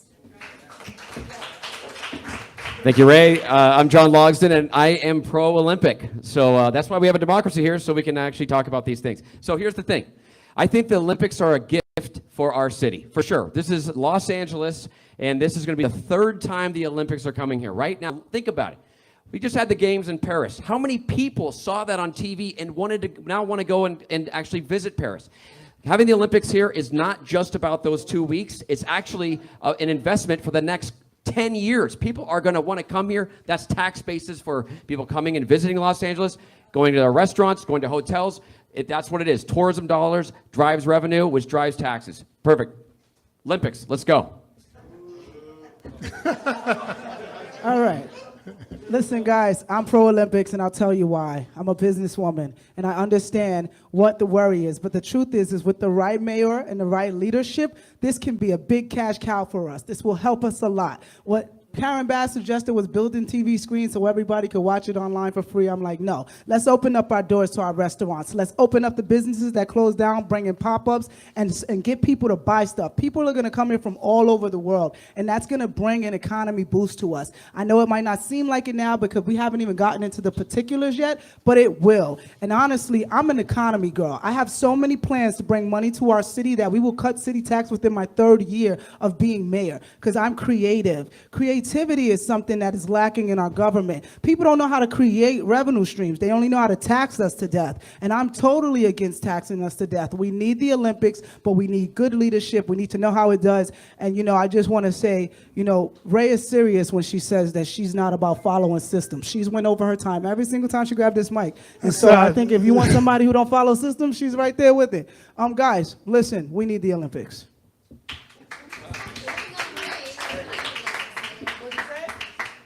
Go ahead. Yes. Hi, this is Assad Al-Najjar. So I think I'm the only candidate who actually works on the Olympics. So what it is, the history of it, Garcetti days, we went in and bid to get the Olympics. An LA 28 committee was started with the understanding they will be bringing revenue to the city so that they upgrade our infrastructure. I will try to answer without getting a call from my boss or ethics on Monday. But the reality is LA 28 committee all of a sudden has a change of heart going, you fix your city. We need 1.87 billion to get the city ready the way it is to accept people. How much we have? Roughly 44 million as it stands today. I work very hard with the Department of Justice, with the police and all that to get the city ready, but without being the mayor, and I get sworn in December, I will have 14 months to get the city ready. Any other mayor, with due respect, will have really impossible time because I have a decade working on it. I know exactly the operation, how we're gonna get the trash out, how we're gonna get the people, the buses I lined up because this is gonna be a no car zone. So I have the buses ready. And I love the idea that Andreas is bringing to enhance, and I'll let him speak about it. All right, here we Because go. Next. his idea. Let him speak about it, because we're running out of time. 30 seconds. Oh, and I'm on red now? I thought he was in yellow. Oh, 10 seconds. Okay. So basically, the Olympics, I can do it, and probably all these great candidates can help me with it. Thank you. Thank you, Assad. Thank you. Seriously, thank you so much. And I'll make it very quick. Look, so here's the thing. The reason we're scared of the Olympics is because we haven't had a mayor or leadership who could execute, right? I execute on plans and systems. That's what we need. We need the right execution. And like Assad was saying, my plan for LA is to increase the bus transit routes and supplement them with a shuttle bus system, right? So this will make this so that we can actually move people around our city. The Olympics are good for our city because it brings a lot of money in, which floats all of our jobs, all of our economy, but we got to make sure we're prepared, right? And so that we need a transit system that works for people.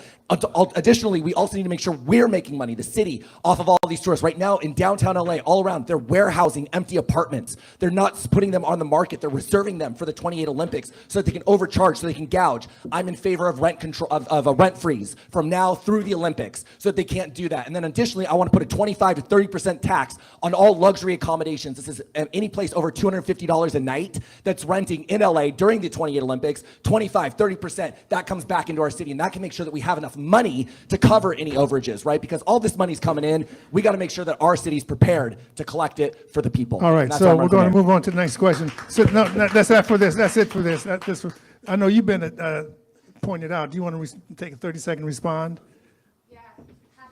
So we talk about the fact that the Olympics is supposed to help our economy. The reality is the Olympic Committee has already said they're planning on considering contracts outside of Los Angeles that are more competitive. So that way, actually, our businesses are not going to actually be benefiting from the Olympics. Second of all, so many of our small businesses are closing, including Red Books, which I was just at the press conference and march with, in which case so many of our small businesses are not being supported, so they won't actually get to benefit. And even if they do get to benefit, they benefit for 2 months. What we need is infrastructure and a focus on the city of Los Angeles, Angelinos who live here now. So we want to talk about economy, we want to talk about finances, let's talk about the fact that it's going to bankrupt us, and we're not. Us who live here and our business owners are not going to benefit from it. That was the response. Okay, let's go to the next questioner. You know, we're running out of time. Next question, please. We want the next question because we're running out of time. We started late. Sorry, this John is is here actually from the Harriet Tubman Center for Social Justice. He might let us go over it, but we'll see. This is going to be a weighty question. So we've kind of touched on this here and there, but one of our biggest problems in LA is that there's over 40,000 unhoused people in this city. And the current mayor's solution, which seems like a one-size-fits-all, is called Inside Safe. It's extremely expensive, and the success rate has been abysmal. So what I would like to hear is, what are either fresh ideas that you guys are going to be bringing to solve this problem or modifying the current existing system? Thank you so much. Okay, so this is actually one of my top platform policy points. I want the city of Los Angeles to own and operate LA City-run public dormitories. The city of Los Angeles will purchase underused commercial and office spaces and convert these into 500, 600 beds at a time with wraparound social services on the ground floor. The LA Mission's already doing it. The cost is $15,000 to $25,000 per person per year, as opposed to $80,000 plus for Inside Safe. And we can use those savings to provide social services, mental health, addiction counseling and treatment, jobs training and placement, legal defense services, medical, right? That employs people. Instead of spending $500,000 putting somebody in a box, expecting them to fix themselves, we need to create a social situation, a social hospital for people where anybody whose life is broken can go there and get the social services they need, get a fresh bed, get a hot meal, get a hot shower, where we can take care of them at an affordable rate. Thank you. Yes, hi, this is Assad Al-Najjar.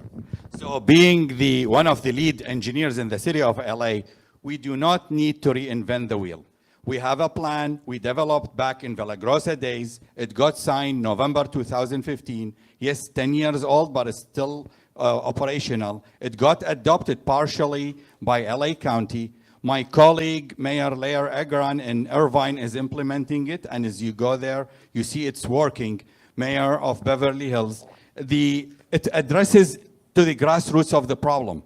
First, it addresses the homeless families before they actually go homeless. It addresses the veterans. I will start renegotiating what we failed to accomplish Garcetti days, which is to get the veteran hospitals with the clinics that we could utilize immediately with alcoholism and the other programs. Yes, I saw the red. Thank you. Well, the homelessness problem is the major issue of my campaign. This is Andrew Kim. Because we have Ms. Bass, who has been, from the last 4 years ago, she said LA is in crisis because the homeless problem is such a crisis that it requires a state of emergency decree by the mayor from the day one. But that has not occurred, or that occurred, but it has not been effective. The reason why our homelessness problem still goes on like this is because of the misguided policy of housing first, as mentioned by this lady. It is recovery first that need to be instituted. We need a 12-step program or such that we can have these people to get independent living after going through the steps. Not handout, but hand up. We need to give them a fresh start and a productive living. Thank you. Hello, Tish Hyman again. Well, I think I've done my plan out in phases. The first thing I would do is the first year I would spend time organizing the facilities.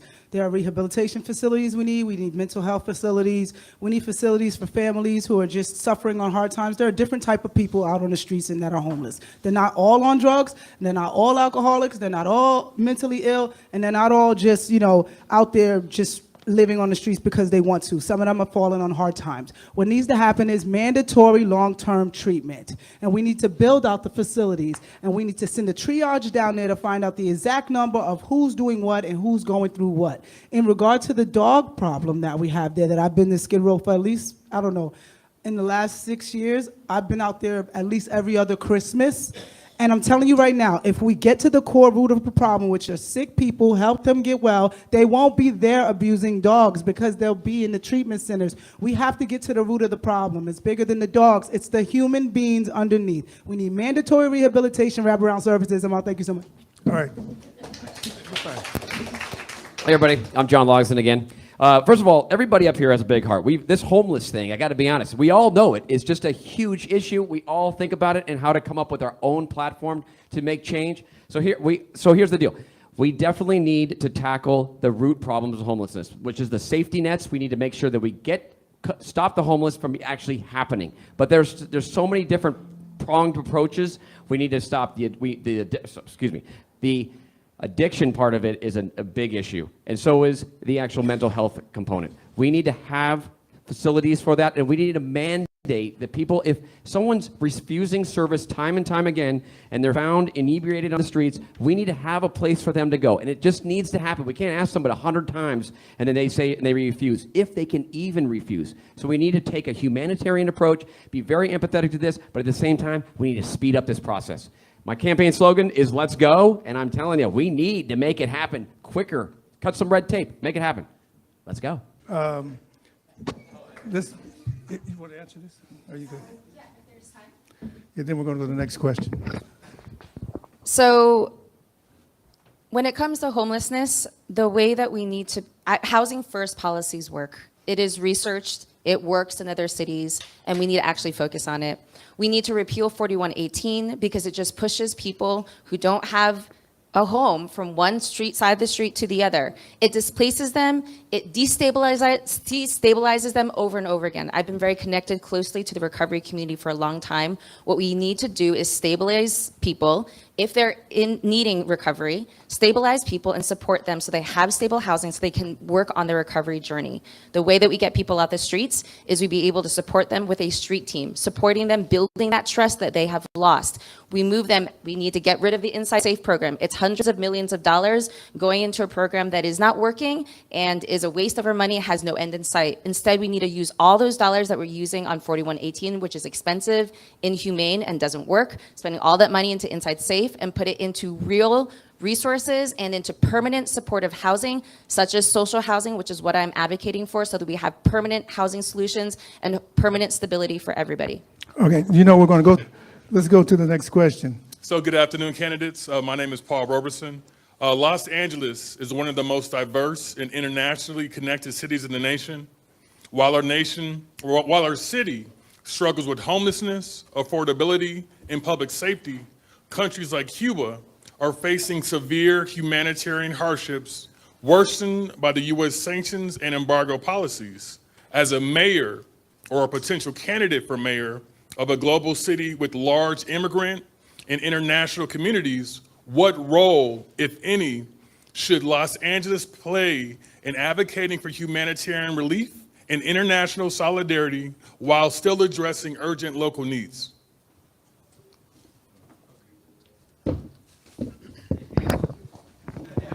I'll be good this time.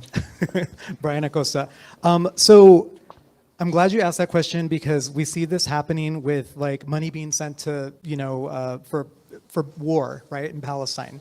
It's all connected. It's all the same thing. So one of the things that I'd want to look at as mayor is taking defunding some of those places where money is being allocated to go to war, to go to places that are hurting our neighbors and hurting international, because we, like, our money, it's our money that's going to hurt these people. So looking at contracts, looking at organizations that are going to sending money to send these things and make these things these things horrible on the national stage. So as mayor, I would definitely bring that to the forefront and make sure that our money stays here and helps people. This is Assad Al-Najjar. I'll echo on what Brian said. So basically, you have to remember, the mayor's job of City of Los Angeles is to serve the people. It's a public works, LAWA, and water and power. Basically, the mayor is responsible for the streets, so that sidewalks, the power you get, and all the operation, street lights where I work, which is all dead, the wires are gone. The mayor job is nothing to do with international affairs. The mayor would do like Brian was suggesting. You ensure that the sister cities that you have all the relationship with are in abidance of the human rights. I mean, I'm for one, don't like what's going on, what happened in Iraq where I come from. I don't like what's happening in Iran. And I left Iraq when there was the Iraq-Iran war and the Palestine and all that. So the only way to do it is not to be the mayor of Los Angeles on a starch organization. If I don't win as a mayor, I intend to establish an organization, a 501c4, for the rights and human rights. Look, she got to get extra minute. I'm not going to abide with the red. Plus, you put the big leader of I'm the Palestine moderator. in their Excuse picture. me. Is his time up? Yeah, my time up. All right, But I'm next, saying next. there is a picture, All right. nice picture. So I think that as a mayor, your primary duty is to be protective of our city.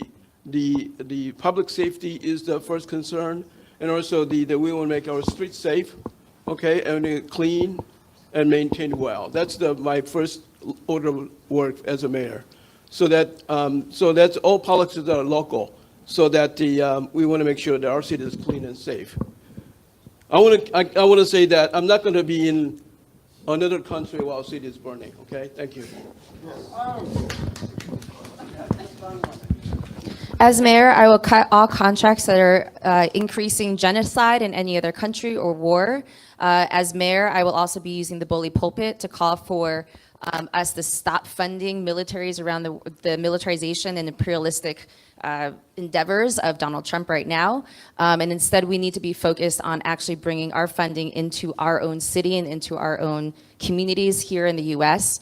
The fact that we are funding our militaries, the amount of money that we're funding our military with is money that could actually save and end homelessness in our communities, can actually save and support our small businesses here, can actually help develop our economy and support our families with what you need, get us to become one of the best educational systems in the whole world. So there's so much that we could do, and we are wasting our dollars, and we're using that dollars to kill families and children around the world. That needs to end. Okay, this is actually more for the this is John Logs. This is more for the KPFK listeners, and I echo what Assad and Bryant said as well. But exercise your First Amendment right. Get out there. If there's something that you are fighting for, like Cuba, get out there and let us know about it. We are a city that loves to protest, right? So if you're fighting for something like that, get out there, use your First Amendment right, and then your voice will be heard. And then it'll actually might get to a level where we do something. The federal government or some organization actually helps.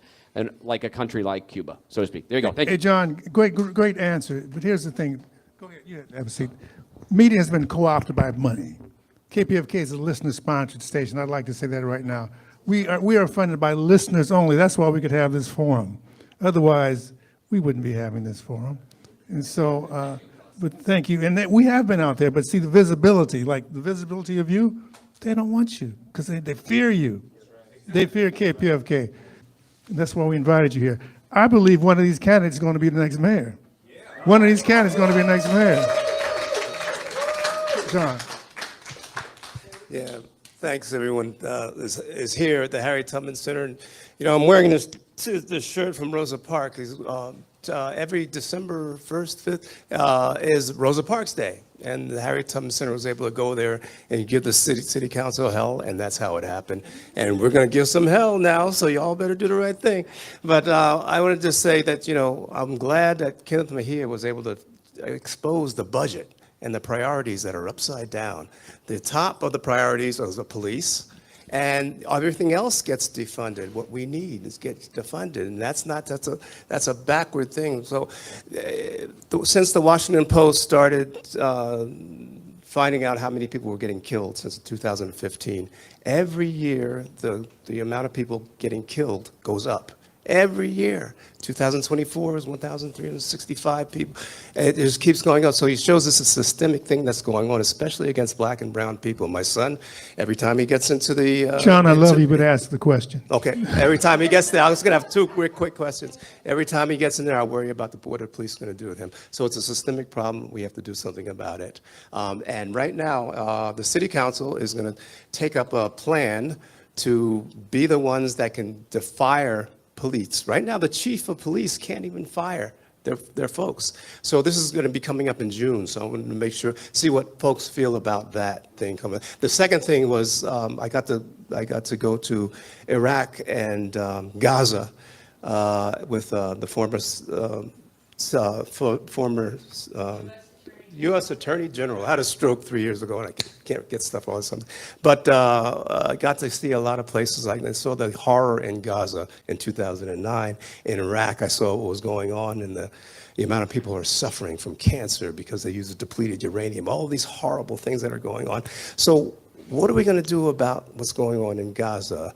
Right now, there's from a local level, you're saying, what are we going to do about the international crisis? Okay, right. Because right now, the city council, with the city council, we're going to be pushing them to have to divest away from Israel. All right, here we go. That's the second question. I'm gonna make it quick. I'm gonna answer your second question first. How are we gonna do it, Mayor of LA? Look, I represent the people of the city of Los Angeles. This is not an international affairs position. However, it is a cultural position, and we do have cultural positions. So I will advocate for the popular cultural sentiment of our people, which is not to promote these types of genocidal activities. So I will at least use the cultural power of the microphone to make sure that we're making that stance that LA does not support this. So that's your second question. Your first question, in terms of the police, in terms of, like I said, it's a culture problem there as well, right? We need to make sure that we have people here, and I'm actually one of the few candidates who's in favor of a civilian oversight commission for LAPD. We have charter reform commissions where civilians can then make, recommendations. Why don't we have that for LAPD? If you're LAPD officer and you've had multiple infractions against the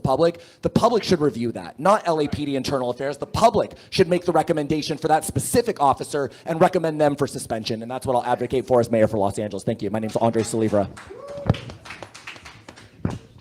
Hi, this is Assad Al-Najjar. So within the public works, we have civil obedience classes in which when one of my engineers or one of my draftsmen or whatever staff is out of line, then we have them in the civil obedience. And LAPD does not have this training or these classes. And this is what Andrea is referring to.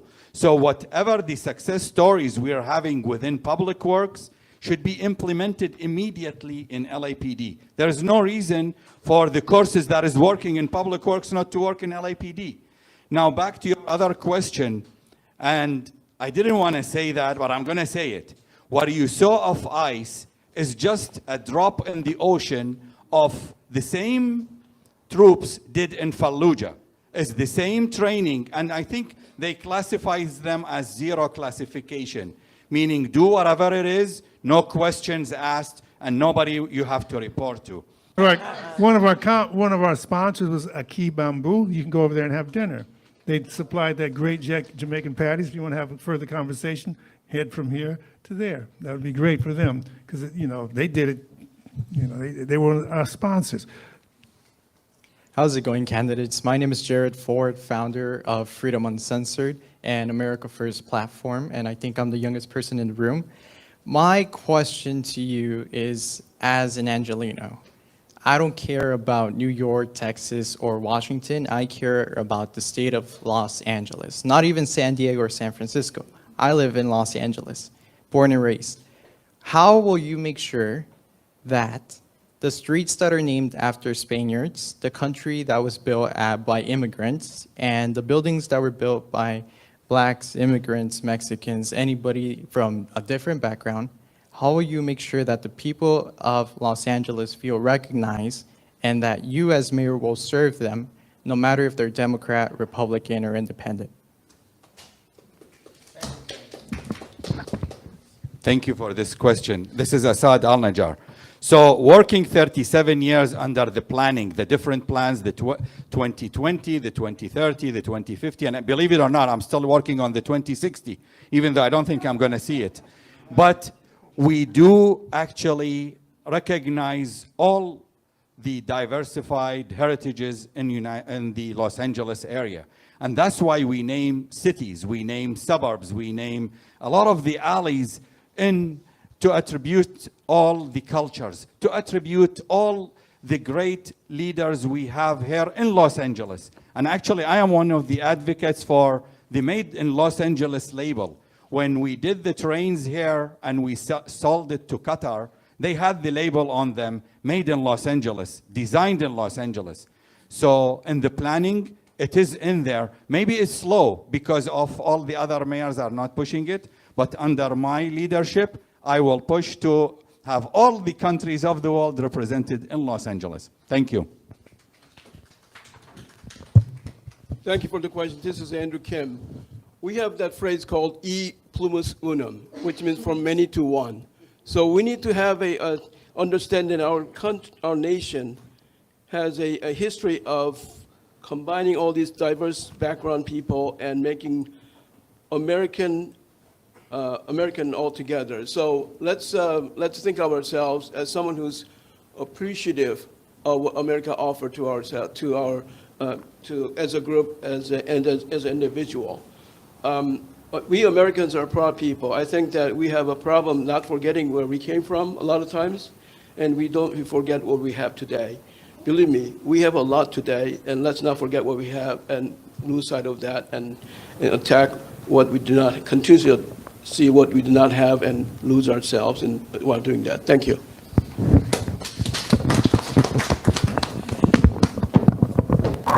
Mr. Kim, that was That was a mouthful. I really appreciate that.